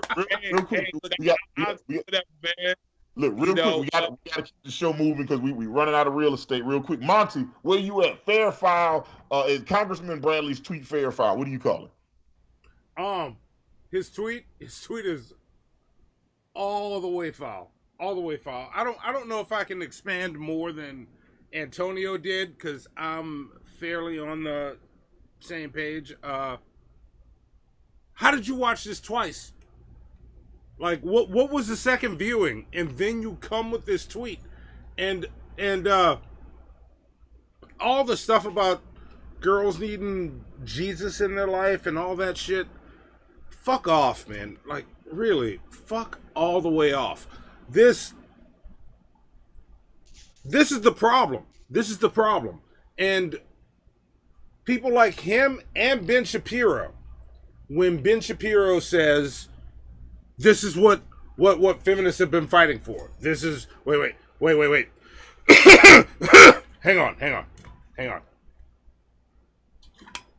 When Ben Shapiro says, so this is what the feminists have been fighting for. Yeah. Yes. That was actually really good. That was actually really good, Ben Shapiro. I want to know. Yes. This is what they can do. They can do this because they fucking can. They feel comfortable enough with who they are that they can get on and sing about and do a song about their wet ass pussies. And you know what? It's a good fucking song. I enjoyed it. It moved a bunch when I saw it. I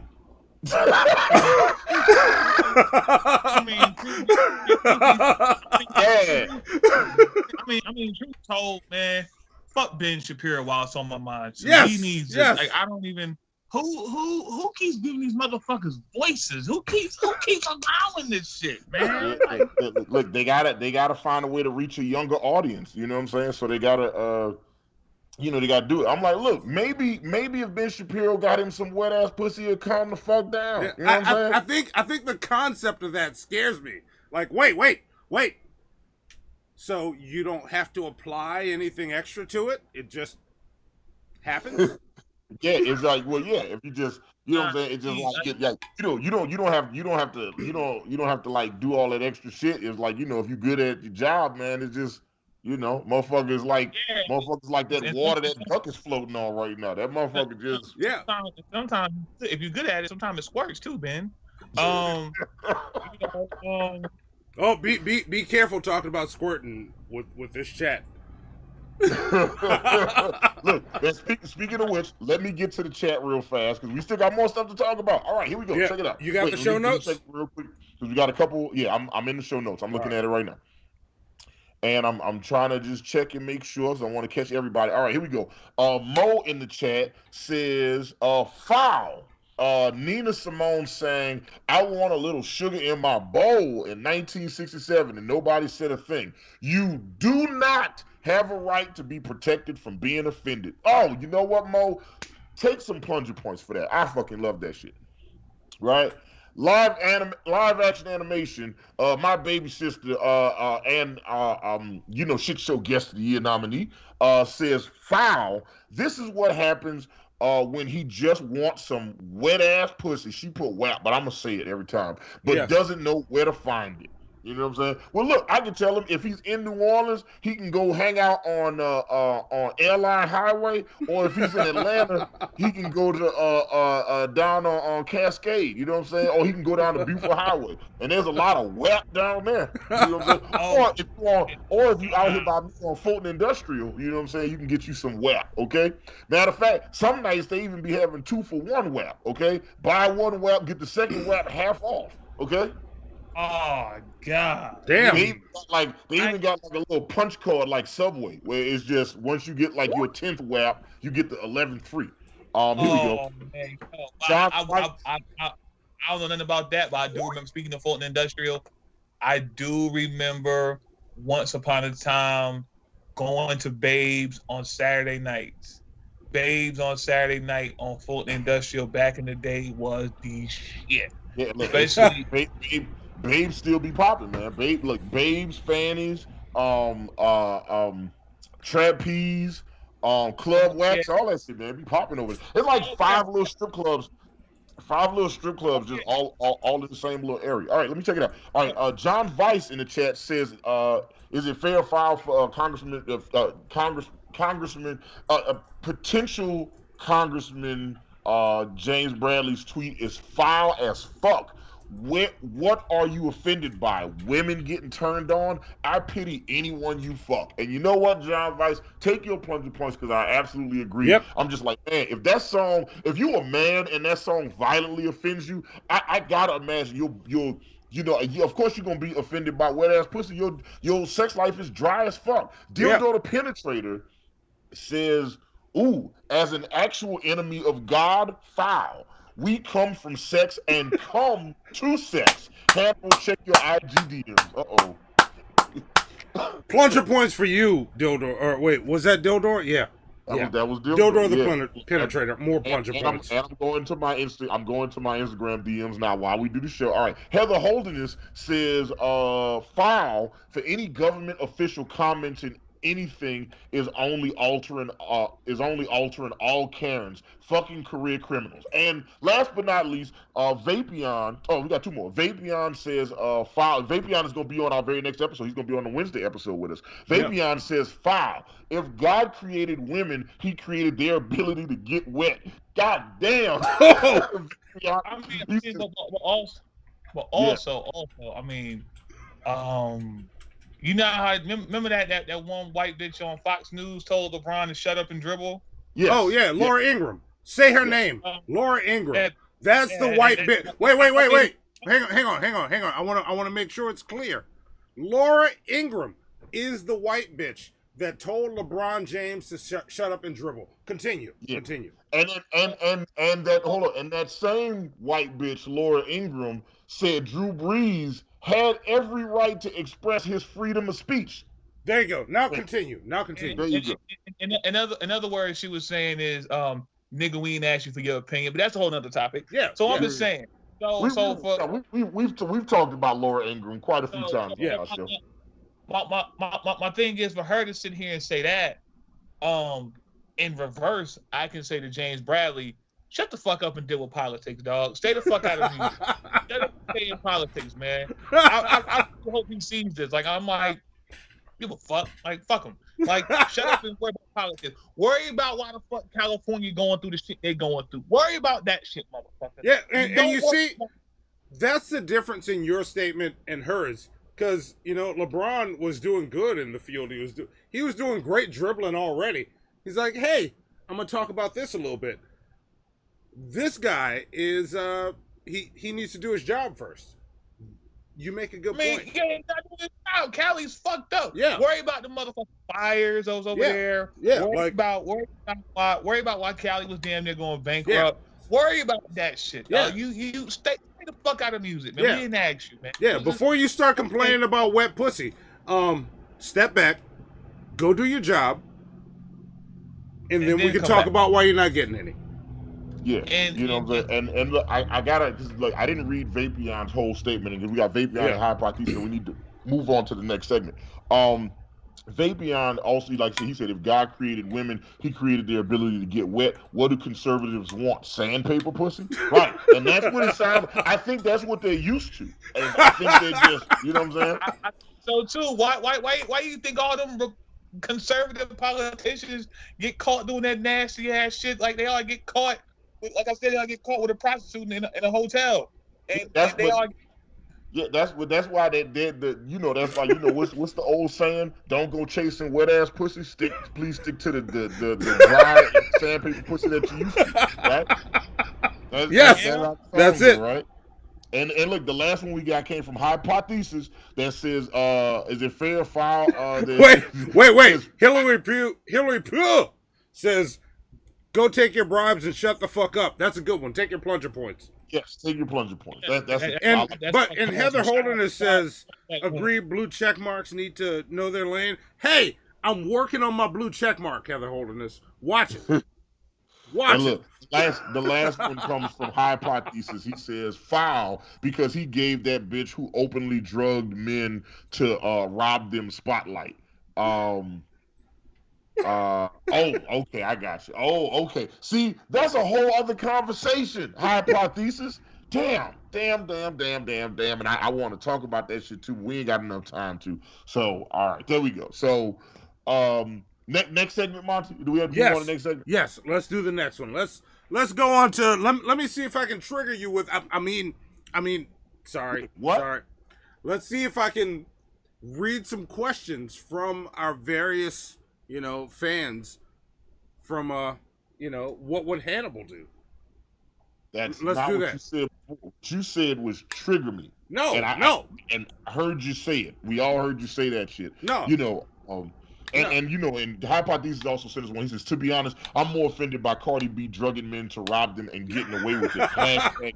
hashtag priorities.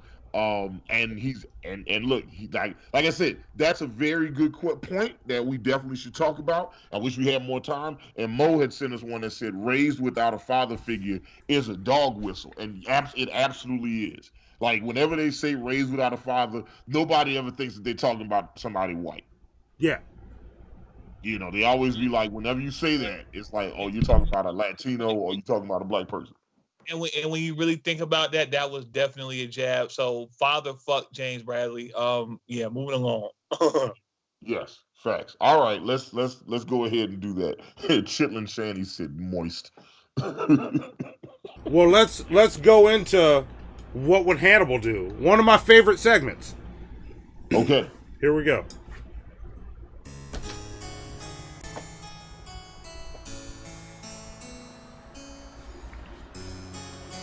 And now, it's time for What Would Hannibal Do?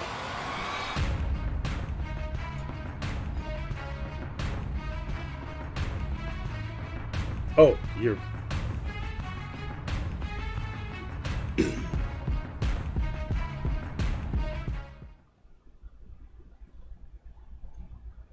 There we go. All right, there we go. All right. All right, we got our guests. We got a Hannibal. Oh well, we don't have Hannibal yet. It's coming. I'm here. It's coming together. It's coming together. We're Zoe's figuring it out, but while she figures it out, this is what would Hannibal do. This is where the shitheads reach out on Discord that Hannibal doesn't go to, and an email address that Hannibal doesn't check. I do, and I gather your questions. There are a ton of them. So if your question, Zoe, you should leave it just like that. Don't even fix it. Just leave it. I like it right there.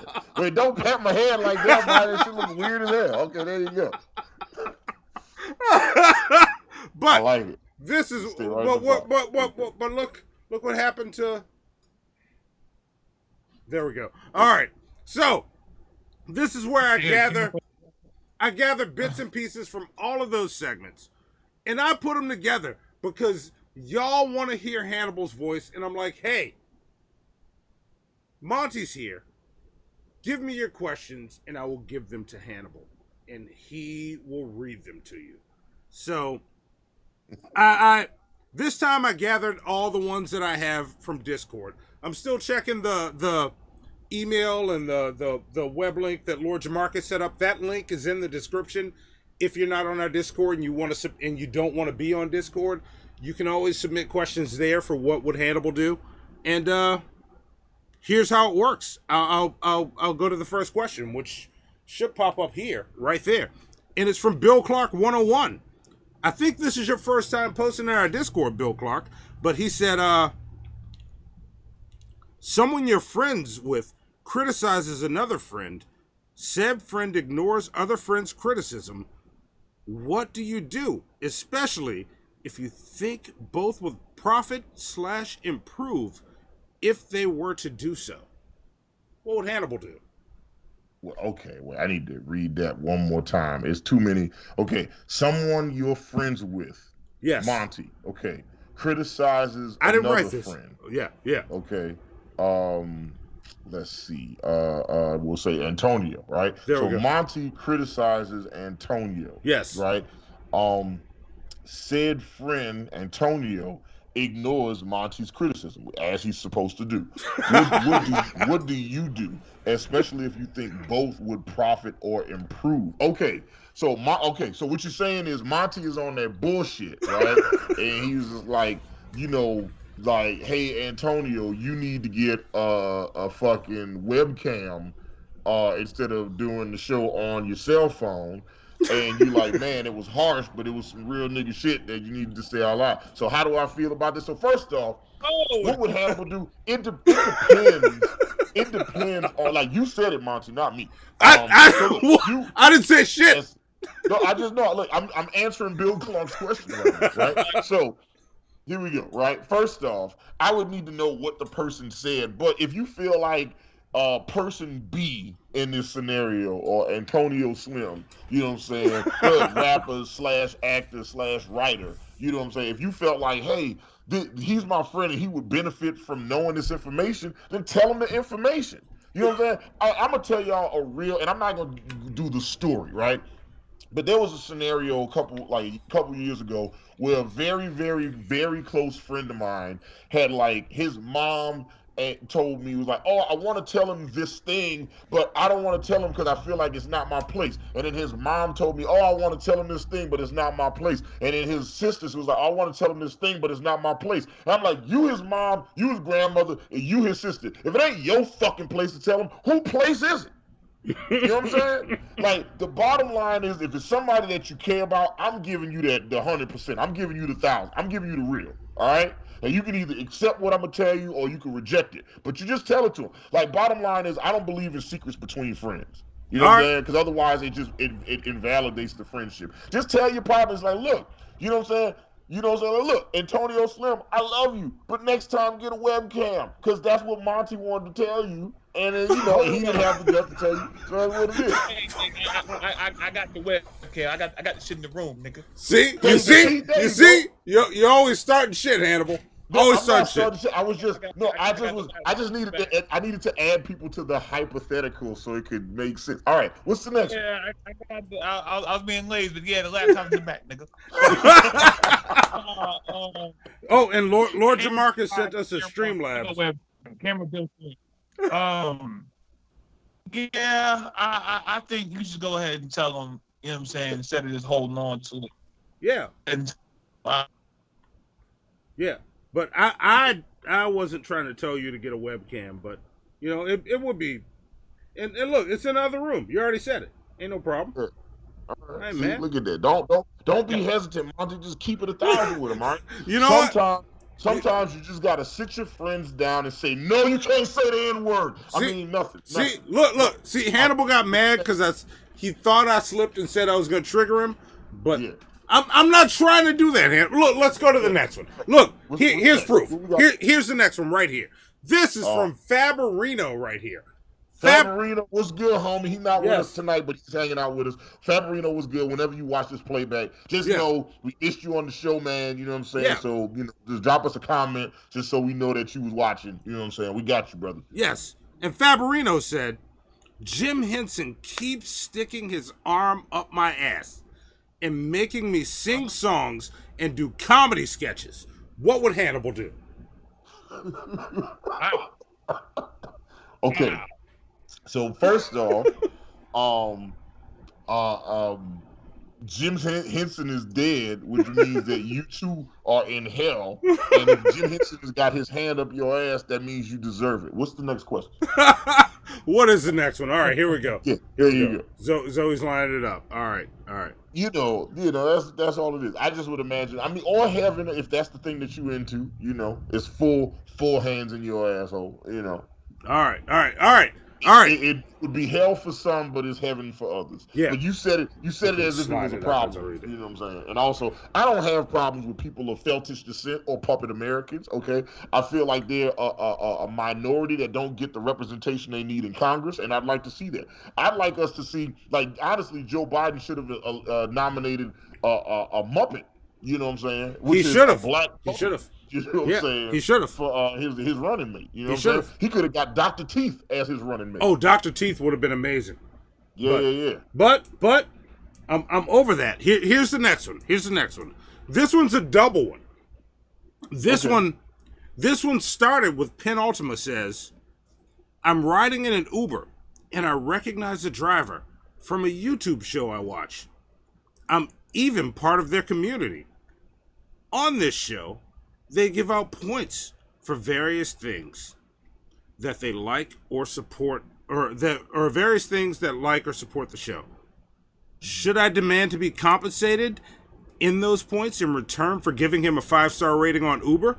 What would Hannibal do? And also, Lord Jamarcus responded by saying, same question as Penultima, but should I also take a trip specifically to the city where he lives with the sole purpose of trying to get him as my Uber driver to extort him for these points? What would Hannibal do? Okay. I like it. I like these questions. Okay. First off, to Penultima, would it be, I'm all about like let's not look at it as extortion. Let's look at it as an exchange of goods and services. I'm not going to tell anybody I seen your face, and in turn, you give me enough 100 points to be shithead of the year. I think that's a fair exchange for whoever would do such a backdoor deal behind the scenes. Whether you have to get the Russians involved or not, it is what it is. You keep it moving. So I think that's a good idea. And Lord Jamarcus's, I think that plays to Lord Jamarcus's as well. Yeah, like I'm all for the exchange. Like it doesn't have to be extortion. You know what I'm saying? It's just like, look, it's an exchange of goods and services. You know what I'm saying? It's like prostitution. All right. They give you that WAP, you get him that bread. You know what I'm saying? That. All right. I mean, we can work with that. Let's go to the next one. Here's the next one. It's good stuff. All right. So this one is from Lord Jamarcus because that was a double feature. Let me do one that's from him. Lord Jamarcus says, someone I gave money to for the sole purpose of reading erotic literature has refused for multiple episodes now to read it. I would love to have more read, but I'm concerned that those would go unread. What would Hannibal do? I first off would press the issue. I would be like, look, you black asshole, but I wouldn't say that. I'd be like, I gave you my hard-earned money, and I want you to read my Monty Rodica Monty because I paid you to read it, and you need to read my shit. Yeah. So wait. Let me get this straight, Hannibal. Let me get this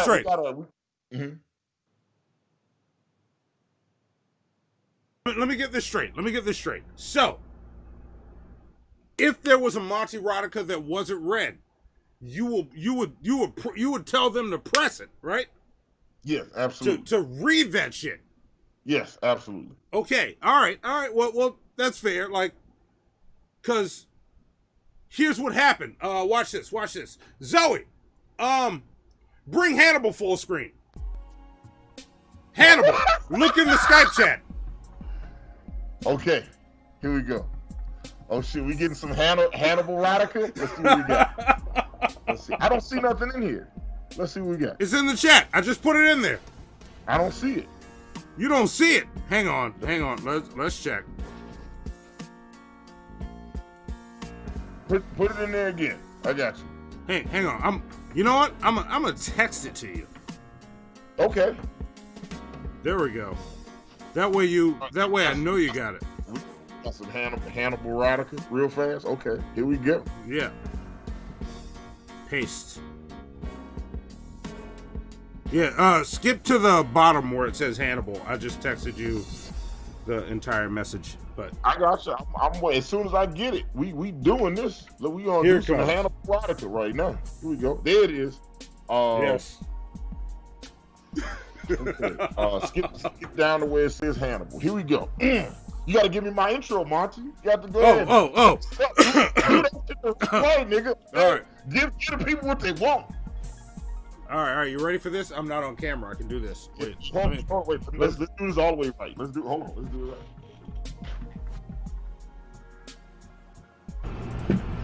right. Go. Ladies and gentlemen, the beat animal, Hannibal, with some erotica. That's right. Ladies and gents, light your sage and put on some a day, okay? Sam, like this shit is like a cat in the ocean. I'm talking about get ready for some wet ass pussy. Okay? I so adore the way you rap on beats. Also, this science fiction that we're doing right now. Okay. There you go. Here we go. I so adore the way you rap on beat, G-Man. It's like angels slowly plucking the strings of the divine at the heartstrings of my soul. I would love for nothing more in this life than to be able to listen to your angelic raps forever. That's for you, G-Man. That's for you. Yes. Yes. There you go. There you go. All right. See, that's another one down. See, that went great. See, the problem is y'all think I have shame, and I don't. Okay? Like the part of my brain that's supposed to process shame, it don't exist. So I just, I'm all good. All Peter Wentz, you can't hear well. I will record it and personally send it to you. All right? All good, brother. Hannibal does not give a fuck. All right. I got another. What would Hannibal do for you? Tiny Tim on Fire said, had to turn it up a little in my end. That mask blocks the sound weirdly. Oh no, I picked it because it was the sexy mask. It was either this one or put it on the Barack Obama, but it's next to the ball gag in the handcuff and shit. I want to be... Yes. Yeah. All right. That's the Barack Obama mask is my fucking mask. So. All right. I got one more for you. Or now, maybe not one more. Let's see. No, look. I'm trying not to. I told you this is just to loosen things up. I'm not to words. Anyway, so this one is from one of my favorite people in our Discord server. Like, this is a new guy just popped in. His name is Kanye West. Kanye West is his name? Yeah, he's awesome. Like, if you were in our Discord, you would see him. He's a really, really cool guy. We have great discussions all the time. But yeah, he said, I've been listening to a lot of G-Man songs lately. I can't decide which is my favorite. What would Hannibal do?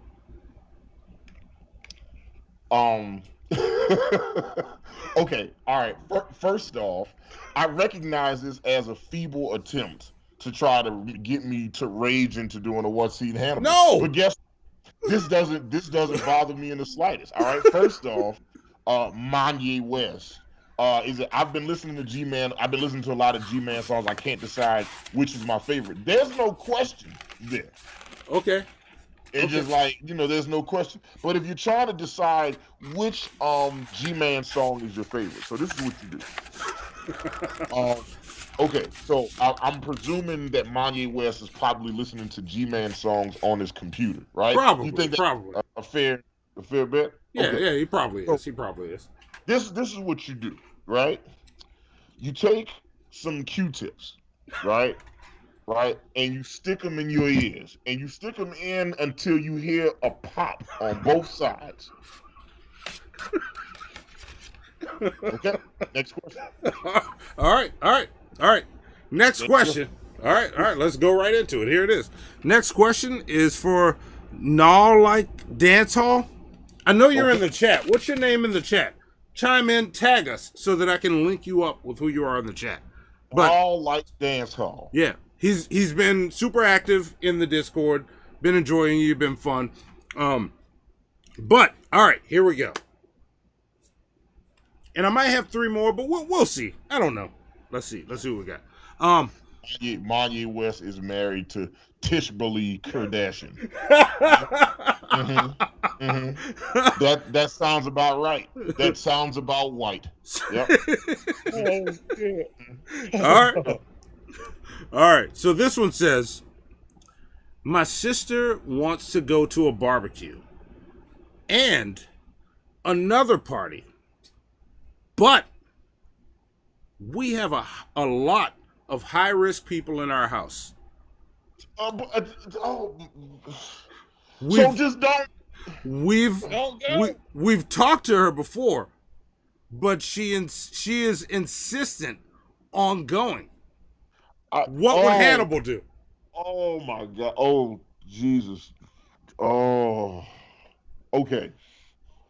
My sister wants to go to a barbecue and another party. So let's start there. She already at one public place, right? And now she wants to go from one public place to another public place, right? And he's like, but we have a lot of high-risk people in the house. Do you not know what the fuck is going on right now? Georgia right now has more coronavirus cases and more coronavirus-related deaths.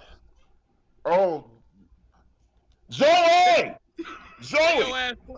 Play my theme music, Zoe. Play my theme music. Do it right now. Often imitated but never duplicated. Yeah, that's it. OG, original gangster, original gangster, original gangster.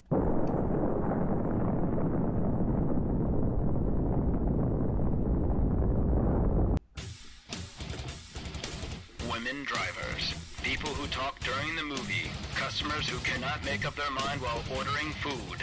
They shit on LA, they shit on Chicago, they shit on Miami, they shit on New Jersey. New Yorkers, Atlanta Falcon fans, possibly people from Alaska. They hate Canadians, they hate the South, they hate the rain, they hate the snow, they hate murder, they hate crime, they hate fucking everything. They hate the Knicks when they're winning, they hate the Knicks when they're losing.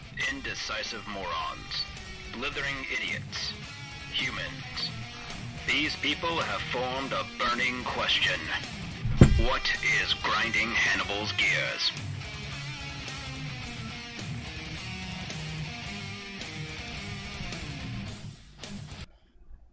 Okay. All right. So I wanna respond to Nall in the dance hall because I'm so wildly agitated about having to explain what the coronavirus is and how it works and why this shit is dangerous as fuck, right? Like, and I know there's some people out there that think it's a conspiracy theory by the liberal media to, I don't know, what do y'all think they want to do? It's just, I don't fucking know, man. Y'all think they want to use... People have tried to say it's like some 5G setup, but 5G's been more. No,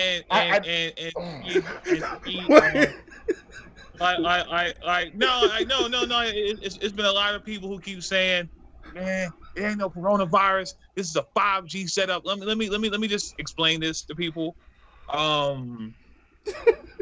Like, look, coronavirus has been around for a very long time. I actually know people who've had coronavirus years before this shit even hit. The coronavirus is very real. What is going on now is probably a mutated strand of this shit. Motherfuckers is dying. Like it's not even an old person's disease or anybody can catch it. Like, please understand that this is real. And regardless of what you want to believe is a conspiracy theory, whatever you want to believe, it's a hoax. Motherfuckers are dying from something. Yeah. Look, and you know what? Let me do this. Let me do this right now because I've been sitting on this thing. I've been wanting to talk about this for weeks. Wait. And Can I real quick before you get going, because this one's funny and I want to give some puncher points and then you can roll right in. Spec just said, okay, I just put the Q-tips in and heard the pops. It fucking hurts. Not sure what I did wrong. Anyway, you guys are muted. Weird that happened right at the pops. But continue. And now you never have to listen to G-Man again. Somebody type that shit to him.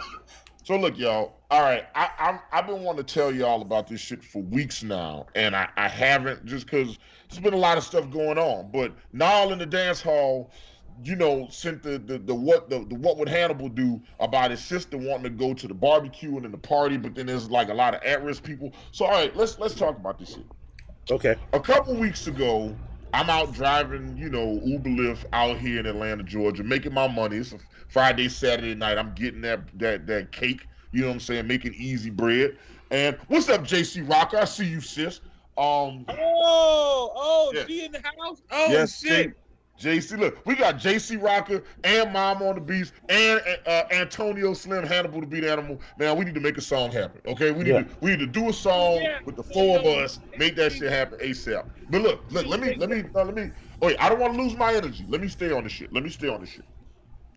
All right, so a couple weeks ago, I'm out, doing the ride shit driving, right? I'm out here in Atlanta, Georgia, doing the ride shit driving, and a couple weeks ago, I ran over and hit a deer. Okay? All right. I ran over and I hit a deer. Okay? Now, that should have been the most exciting thing that happened to me that night. That should have been the thing that I was like, man, let me fucking talk to y'all about this fucking deer I hit and I ran over. Let's talk about that crazy shit, because it was some crazy shit. It was the craziest, scariest real life thing that happened to me in a very long time. And I didn't even tell y'all about it because that same night I had some whole other shit happen, right? So 2 passengers before that happened, before I hit and ran over a deer, I picked up this white boy in Buckhead, right? Buckhead is a very affluent part of Atlanta, Georgia. There are a lot of very posh clubs and malls and like multi-million-dollar condos. I think Elton John has a house or has a condo. He does. I know, he does. I know where it's at, but that's another story. Yeah. So it's like, it's a very affluent, very, very wealthy, posh part of Atlanta, right? Where you go to party and have fun. I picked up this white boy in a club in Buckhead, and he gets in my car. And before he gets in my car, he's like, I got on my mask. And he was like, hey man, do I need to put on a mask? I was like, yeah. Right? So he goes in his pocket, grabs a mask, puts the shit on, gets in the back seat. We start driving to his destination, right? The whole time he's in the car, he's talking about how bad the bitches are in Buckhead. He's like, oh my God, I've never seen so many bad bitches in one place. Man, there were so many bad bitches. Man, look at all these bad bitches. There were so many bad bitches. Look at all these bad bitches. Like, he was just like, all he kept talking about was all the bad bitches that was there. And I'm like, man, if there's so many bad bitches out there, well, why'd you leave? You should have probably just stayed there. You know what I'm saying? This and that. He says, oh man, I met this girl and she gave me a number. And she wanted to come back to my house, come back to my hotel, and then he pauses for a second. Do you want to know why he paused, Monty? Do you want to know why he paused, Antonio Slim? Why? Does everybody in the chat want to know why this white boy decided to pause for a second? Why did he pause? Virus. Shit is getting real. He decided to tell me that he was like, yeah, the reason I didn't want to come back to my house or to my hotel is because last week I tested positive for the coronavirus.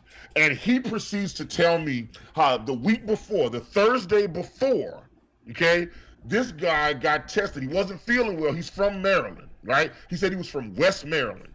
He said he got tested. He wasn't feeling well. Went to the hospital that his mom works at because his mom is a nurse. He goes to the hospital, gets tested. A couple days later, the results back. He tests positive for the coronavirus, and they tell him that he needs to quarantine in his house for 2 weeks, right? He's like, it's looking like he's mostly asymptomatic. He had a light fever, light cough. They tell him to stay home for 2 weeks, right?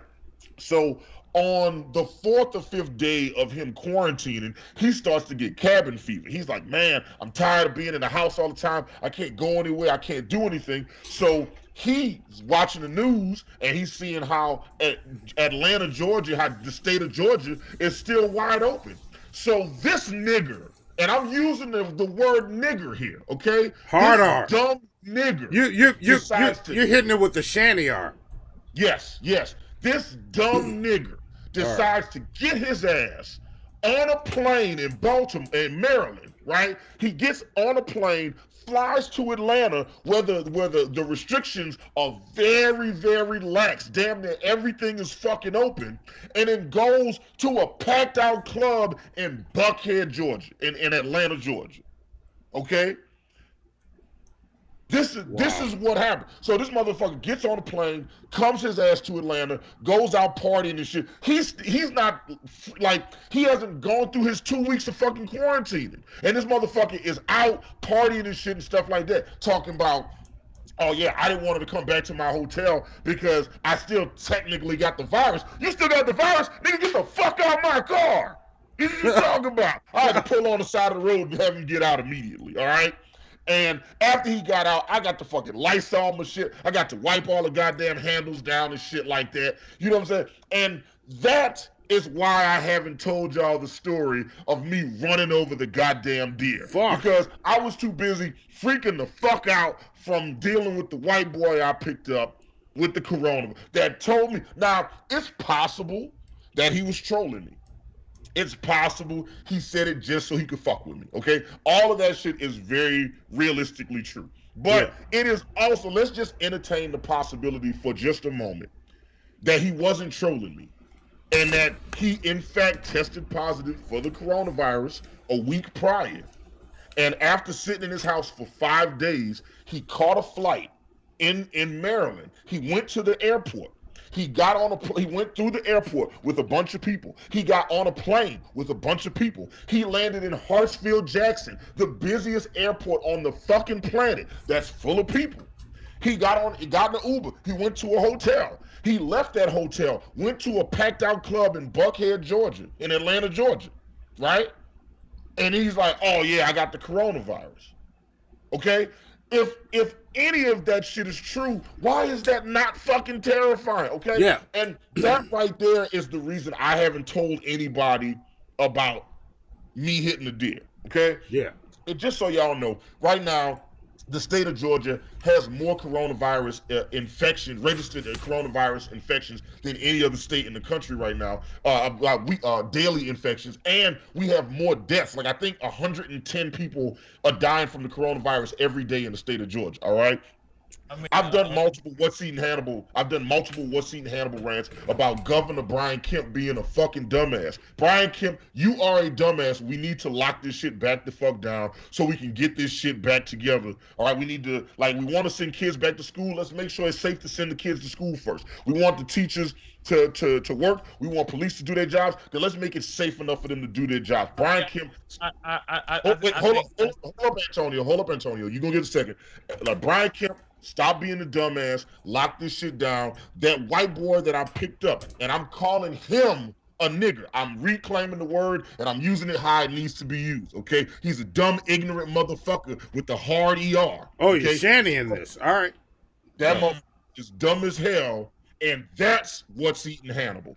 And as a sidebar, what's going on, Poblito? What's going on? That's my homie. You know, also shout out to another Floridian producer right there. But look, as a sidebar, let me go ahead and give y'all this one real fast. So I picked up, after I dropped off the white boy, Febreze my, Lysol my car, wiped everything down. I ended up picking up these two big titty girls from Philly, right? Then after I dropped them off, I picked up this white boy in Buckhead and was bringing him to his house. And as we're riding down the street, right? And we're just riding, talking and shit like that. Nothing's really going on. And then as we're riding, I'm going about 45 miles an hour down the road. And as I'm driving, I see what looks like, I see a dead deer carcass in the middle of the road, right? I see like an animal carcass. And at this point, I'm right up on the motherfucker. I'm about 40 feet away from this motherfucker. I'm going 45 miles an hour. There's no way for me to stop the car. I got this white boy in the back seat. I'm like, oh shit.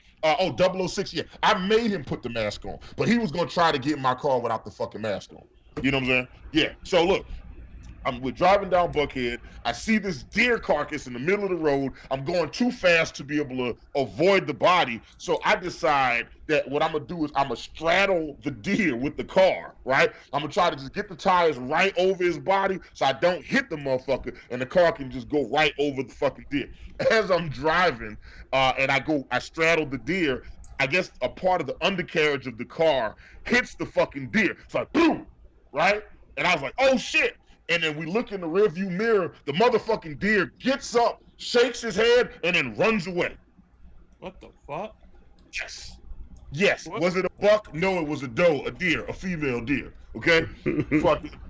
I hit this motherfucker. So look, the story of the day should have been Hannibal and his car have superpowers. I'm literally resurrecting the dead with my vehicle. That was what the story was supposed to be. But no, I never got to tell y'all that story because of this dumbass white boy that had the coronavirus that got in my fucking car. Fuck that guy. He's a piece of shit. That's what's eating him.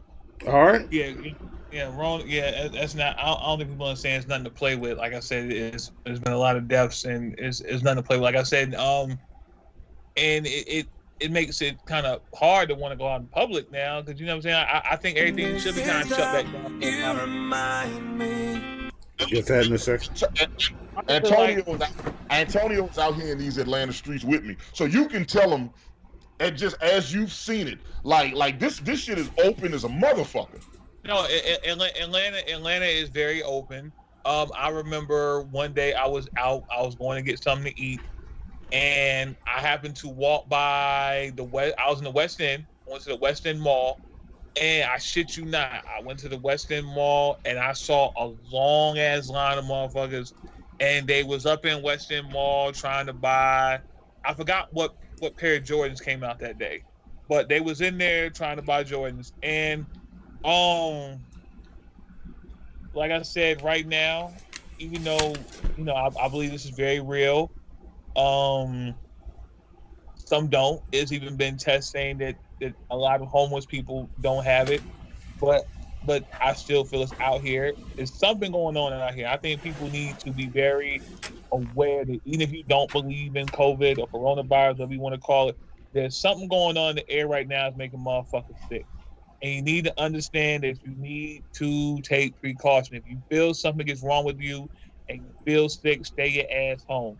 I also feel that, yes, Georgia needs to lock the fuck back down. America, yes. Period. Because like I said, there are other countries who've had the same problem, and they listen to the scientists and the doctors, and they said, yo, stay y'all monkey asses in the house. We get this shit figured out. Stay in the house for about a good 2 months. Don't worry about shit. We got y'all. Yeah. Americans are a little hard-headed to understand that. They kind of feel like, well, why the fuck we gotta stay in the house? And then y'all got those ones like my younger brother lives in Florida. My younger brother was telling me this so crazy out there that people are getting guns pulled on them for not wearing masks. And Florida's the whole my beer state. I'll talk more about that another time. But it's definitely something going on, and I think that people need to be very mindful of that. Yes. And like I said, if you don't believe in COVID, because I have a lot of people on my timeline who are conspiracy theorists, and some of the things they say make sense, but I also say in my head, I hear what you're saying, and what you're saying makes a lot of sense, but there's a lot of people also dying from something. So even if it's not that, motherfuckers are still dying, and there's some shit that's in the air, and you need to be aware of that.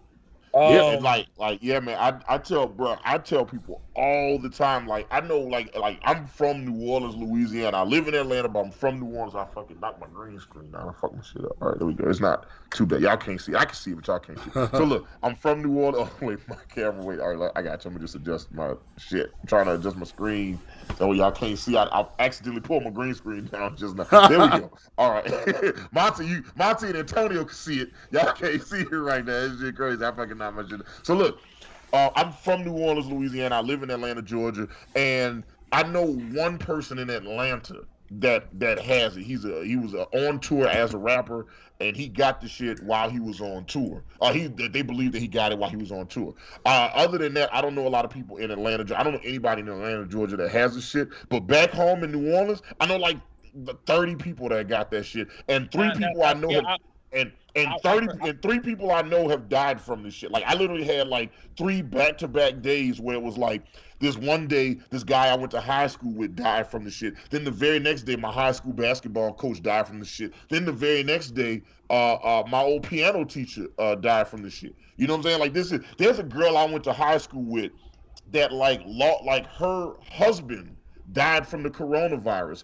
And then the same week, her mom died from the coronavirus. I can't imagine what she's going through for her to lose her husband and her mom in the same week. All right, like, look, just for a lot of people, this shit ain't true to them because they don't know nobody who they don't know anybody. It's not real to them because they don't know anybody who got this shit. Like, please don't take this shit. Please don't play this shit as a joke. There was a story I saw on CNN about this girl who went on spring break in Florida.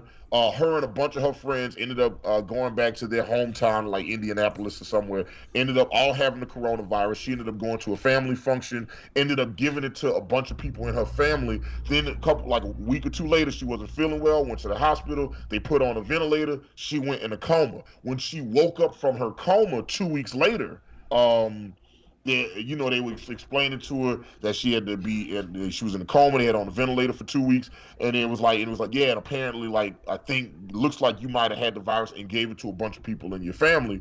And it was like, well, is everybody okay? So yeah, everybody except your grandfather. He died yesterday. Wow. I mean, just speaking for me, I think I had symptoms of it. And I'm saying that because of around September, October, I started getting a lot of upper respiratory infections. Mm-hmm. And then in December, I got an upper respiratory infection. Like, what the fuck? Like, what am I doing? And then like February, I want to say it was February, where I had a upper respiratory infection, and the upper respiratory infection turned into like flu symptoms. You know what I mean? And at first they just ruled it out as the flu. You know what I'm saying? And and then like about a couple of weeks after that, I remember I ordered like I had a pizza, I had some edibles, I ordered a steak and cheese pizza, I had some ice cream, I ate like 2 pounds of shrimp. And next thing you know, I had a stomach ache, and my son was real gassy, and I just kept going to the bathroom. I had a temperature of like 100.4, and it wasn't. And I knew, it wasn't like no food poisoning. So I don't know if that was a coronavirus. I don't know what it was, but it was something that wasn't right. So like I said, there's something going on out here. People need to be very aware, and please take care of yourself. I know shit is weird. I mean, it's weird for everybody, and it's fucked up a lot. And the fucking idiot, he knew it was a pandemic and he didn't do what he was supposed to take care of it. Yeah, we're all suffering, but please take care of yourselves, man. Yes, please take care of yourselves, guys. I want to read. We got a couple Streamlabs that came in. Just two. Want to read these real fast. Who's your buddy? Said, I bet more asshole white people would wear masks if they were mayonnaise scented. That is hilarious and gross at the same time. Yes. But look, this ain't just like a black. I mean, this ain't just a white people thing. Like the news will definitely have you convinced that the people that's not wearing masks is, you know, ultra conservative, hard right Trump supporters. But the reality is, I know a lot of like very progressive, liberal, you know, young millennial voters and black people that's not wearing masks. There's a lot of people that aren't taking this shit seriously. So, you know, and I know because I talk to them and argue with them all the fucking time. Like I've literally done about 15 Wussy Hannibals about this shit since the coronavirus started. And Shapeshifted Monkey sent us some money. Thank you very much, Shapeshifted Monkey. Says, sorry you got to deal with those F-heads. And I'm going to go ahead and say, fuck. You know, sorry you got to go deal with those fuckheads. Yeah, I got to deal with them every fucking day. But, you know, it comes with the struggle. Look, I want to say thank you to everybody watching Hannibal Monty Shit Show. Thank you very much to Shapeshifter Monkey, who's your buddy, Hypothesis, Fleshaga, Lord Jamarcus, you know, for his very potent Hannarotica, Mo, Zanos, Carthage, Mom on the Beats, E Green. Thank you very much to Old Hamburger, new subscriber, Joy Trodo, Yes. Joy Troido, Emily the Neighbor, Spec, R. Azriel, Live Action Animation hanging out with us, Vapion, who will be on our Wednesday episode, The Bush that just sniped you, thank you very much for watching us, 006, who's your buddy, JC Rocker, Druid Lover, Willow Clark, thank you guys for all watching the show. Thrift Store Dan, Hypothesis, thank you guys for watching the show. Like I said, me and Monty have these conversations on a regular basis all the time, and we're just glad that we have to get to have these conversations with you guys on a regular basis. Antonio Slim, thank you very much for being on our show. We are going to put all of his contact information so you guys can follow him on Instagram as well as Caffeine. You have been a fantastic guest. And look, we got to get out of here because Monty got to go have white sex with a white woman. I mean, I'm sorry, Monty has to go have regular sex with a woman who happens to be white. There you go. Is that what we're doing? Well, no, and I mean, you know, it's just I just want to know, man, like how, like, do you prefer WAP when it's from Asian women, from Latino women, or is it better and wetter from the white woman? You know what? The answer is very simple. Okay. This was a shit show. Y'all finished or y'all done? I ain't got no more talking. Sweet Halloween in Collard Green.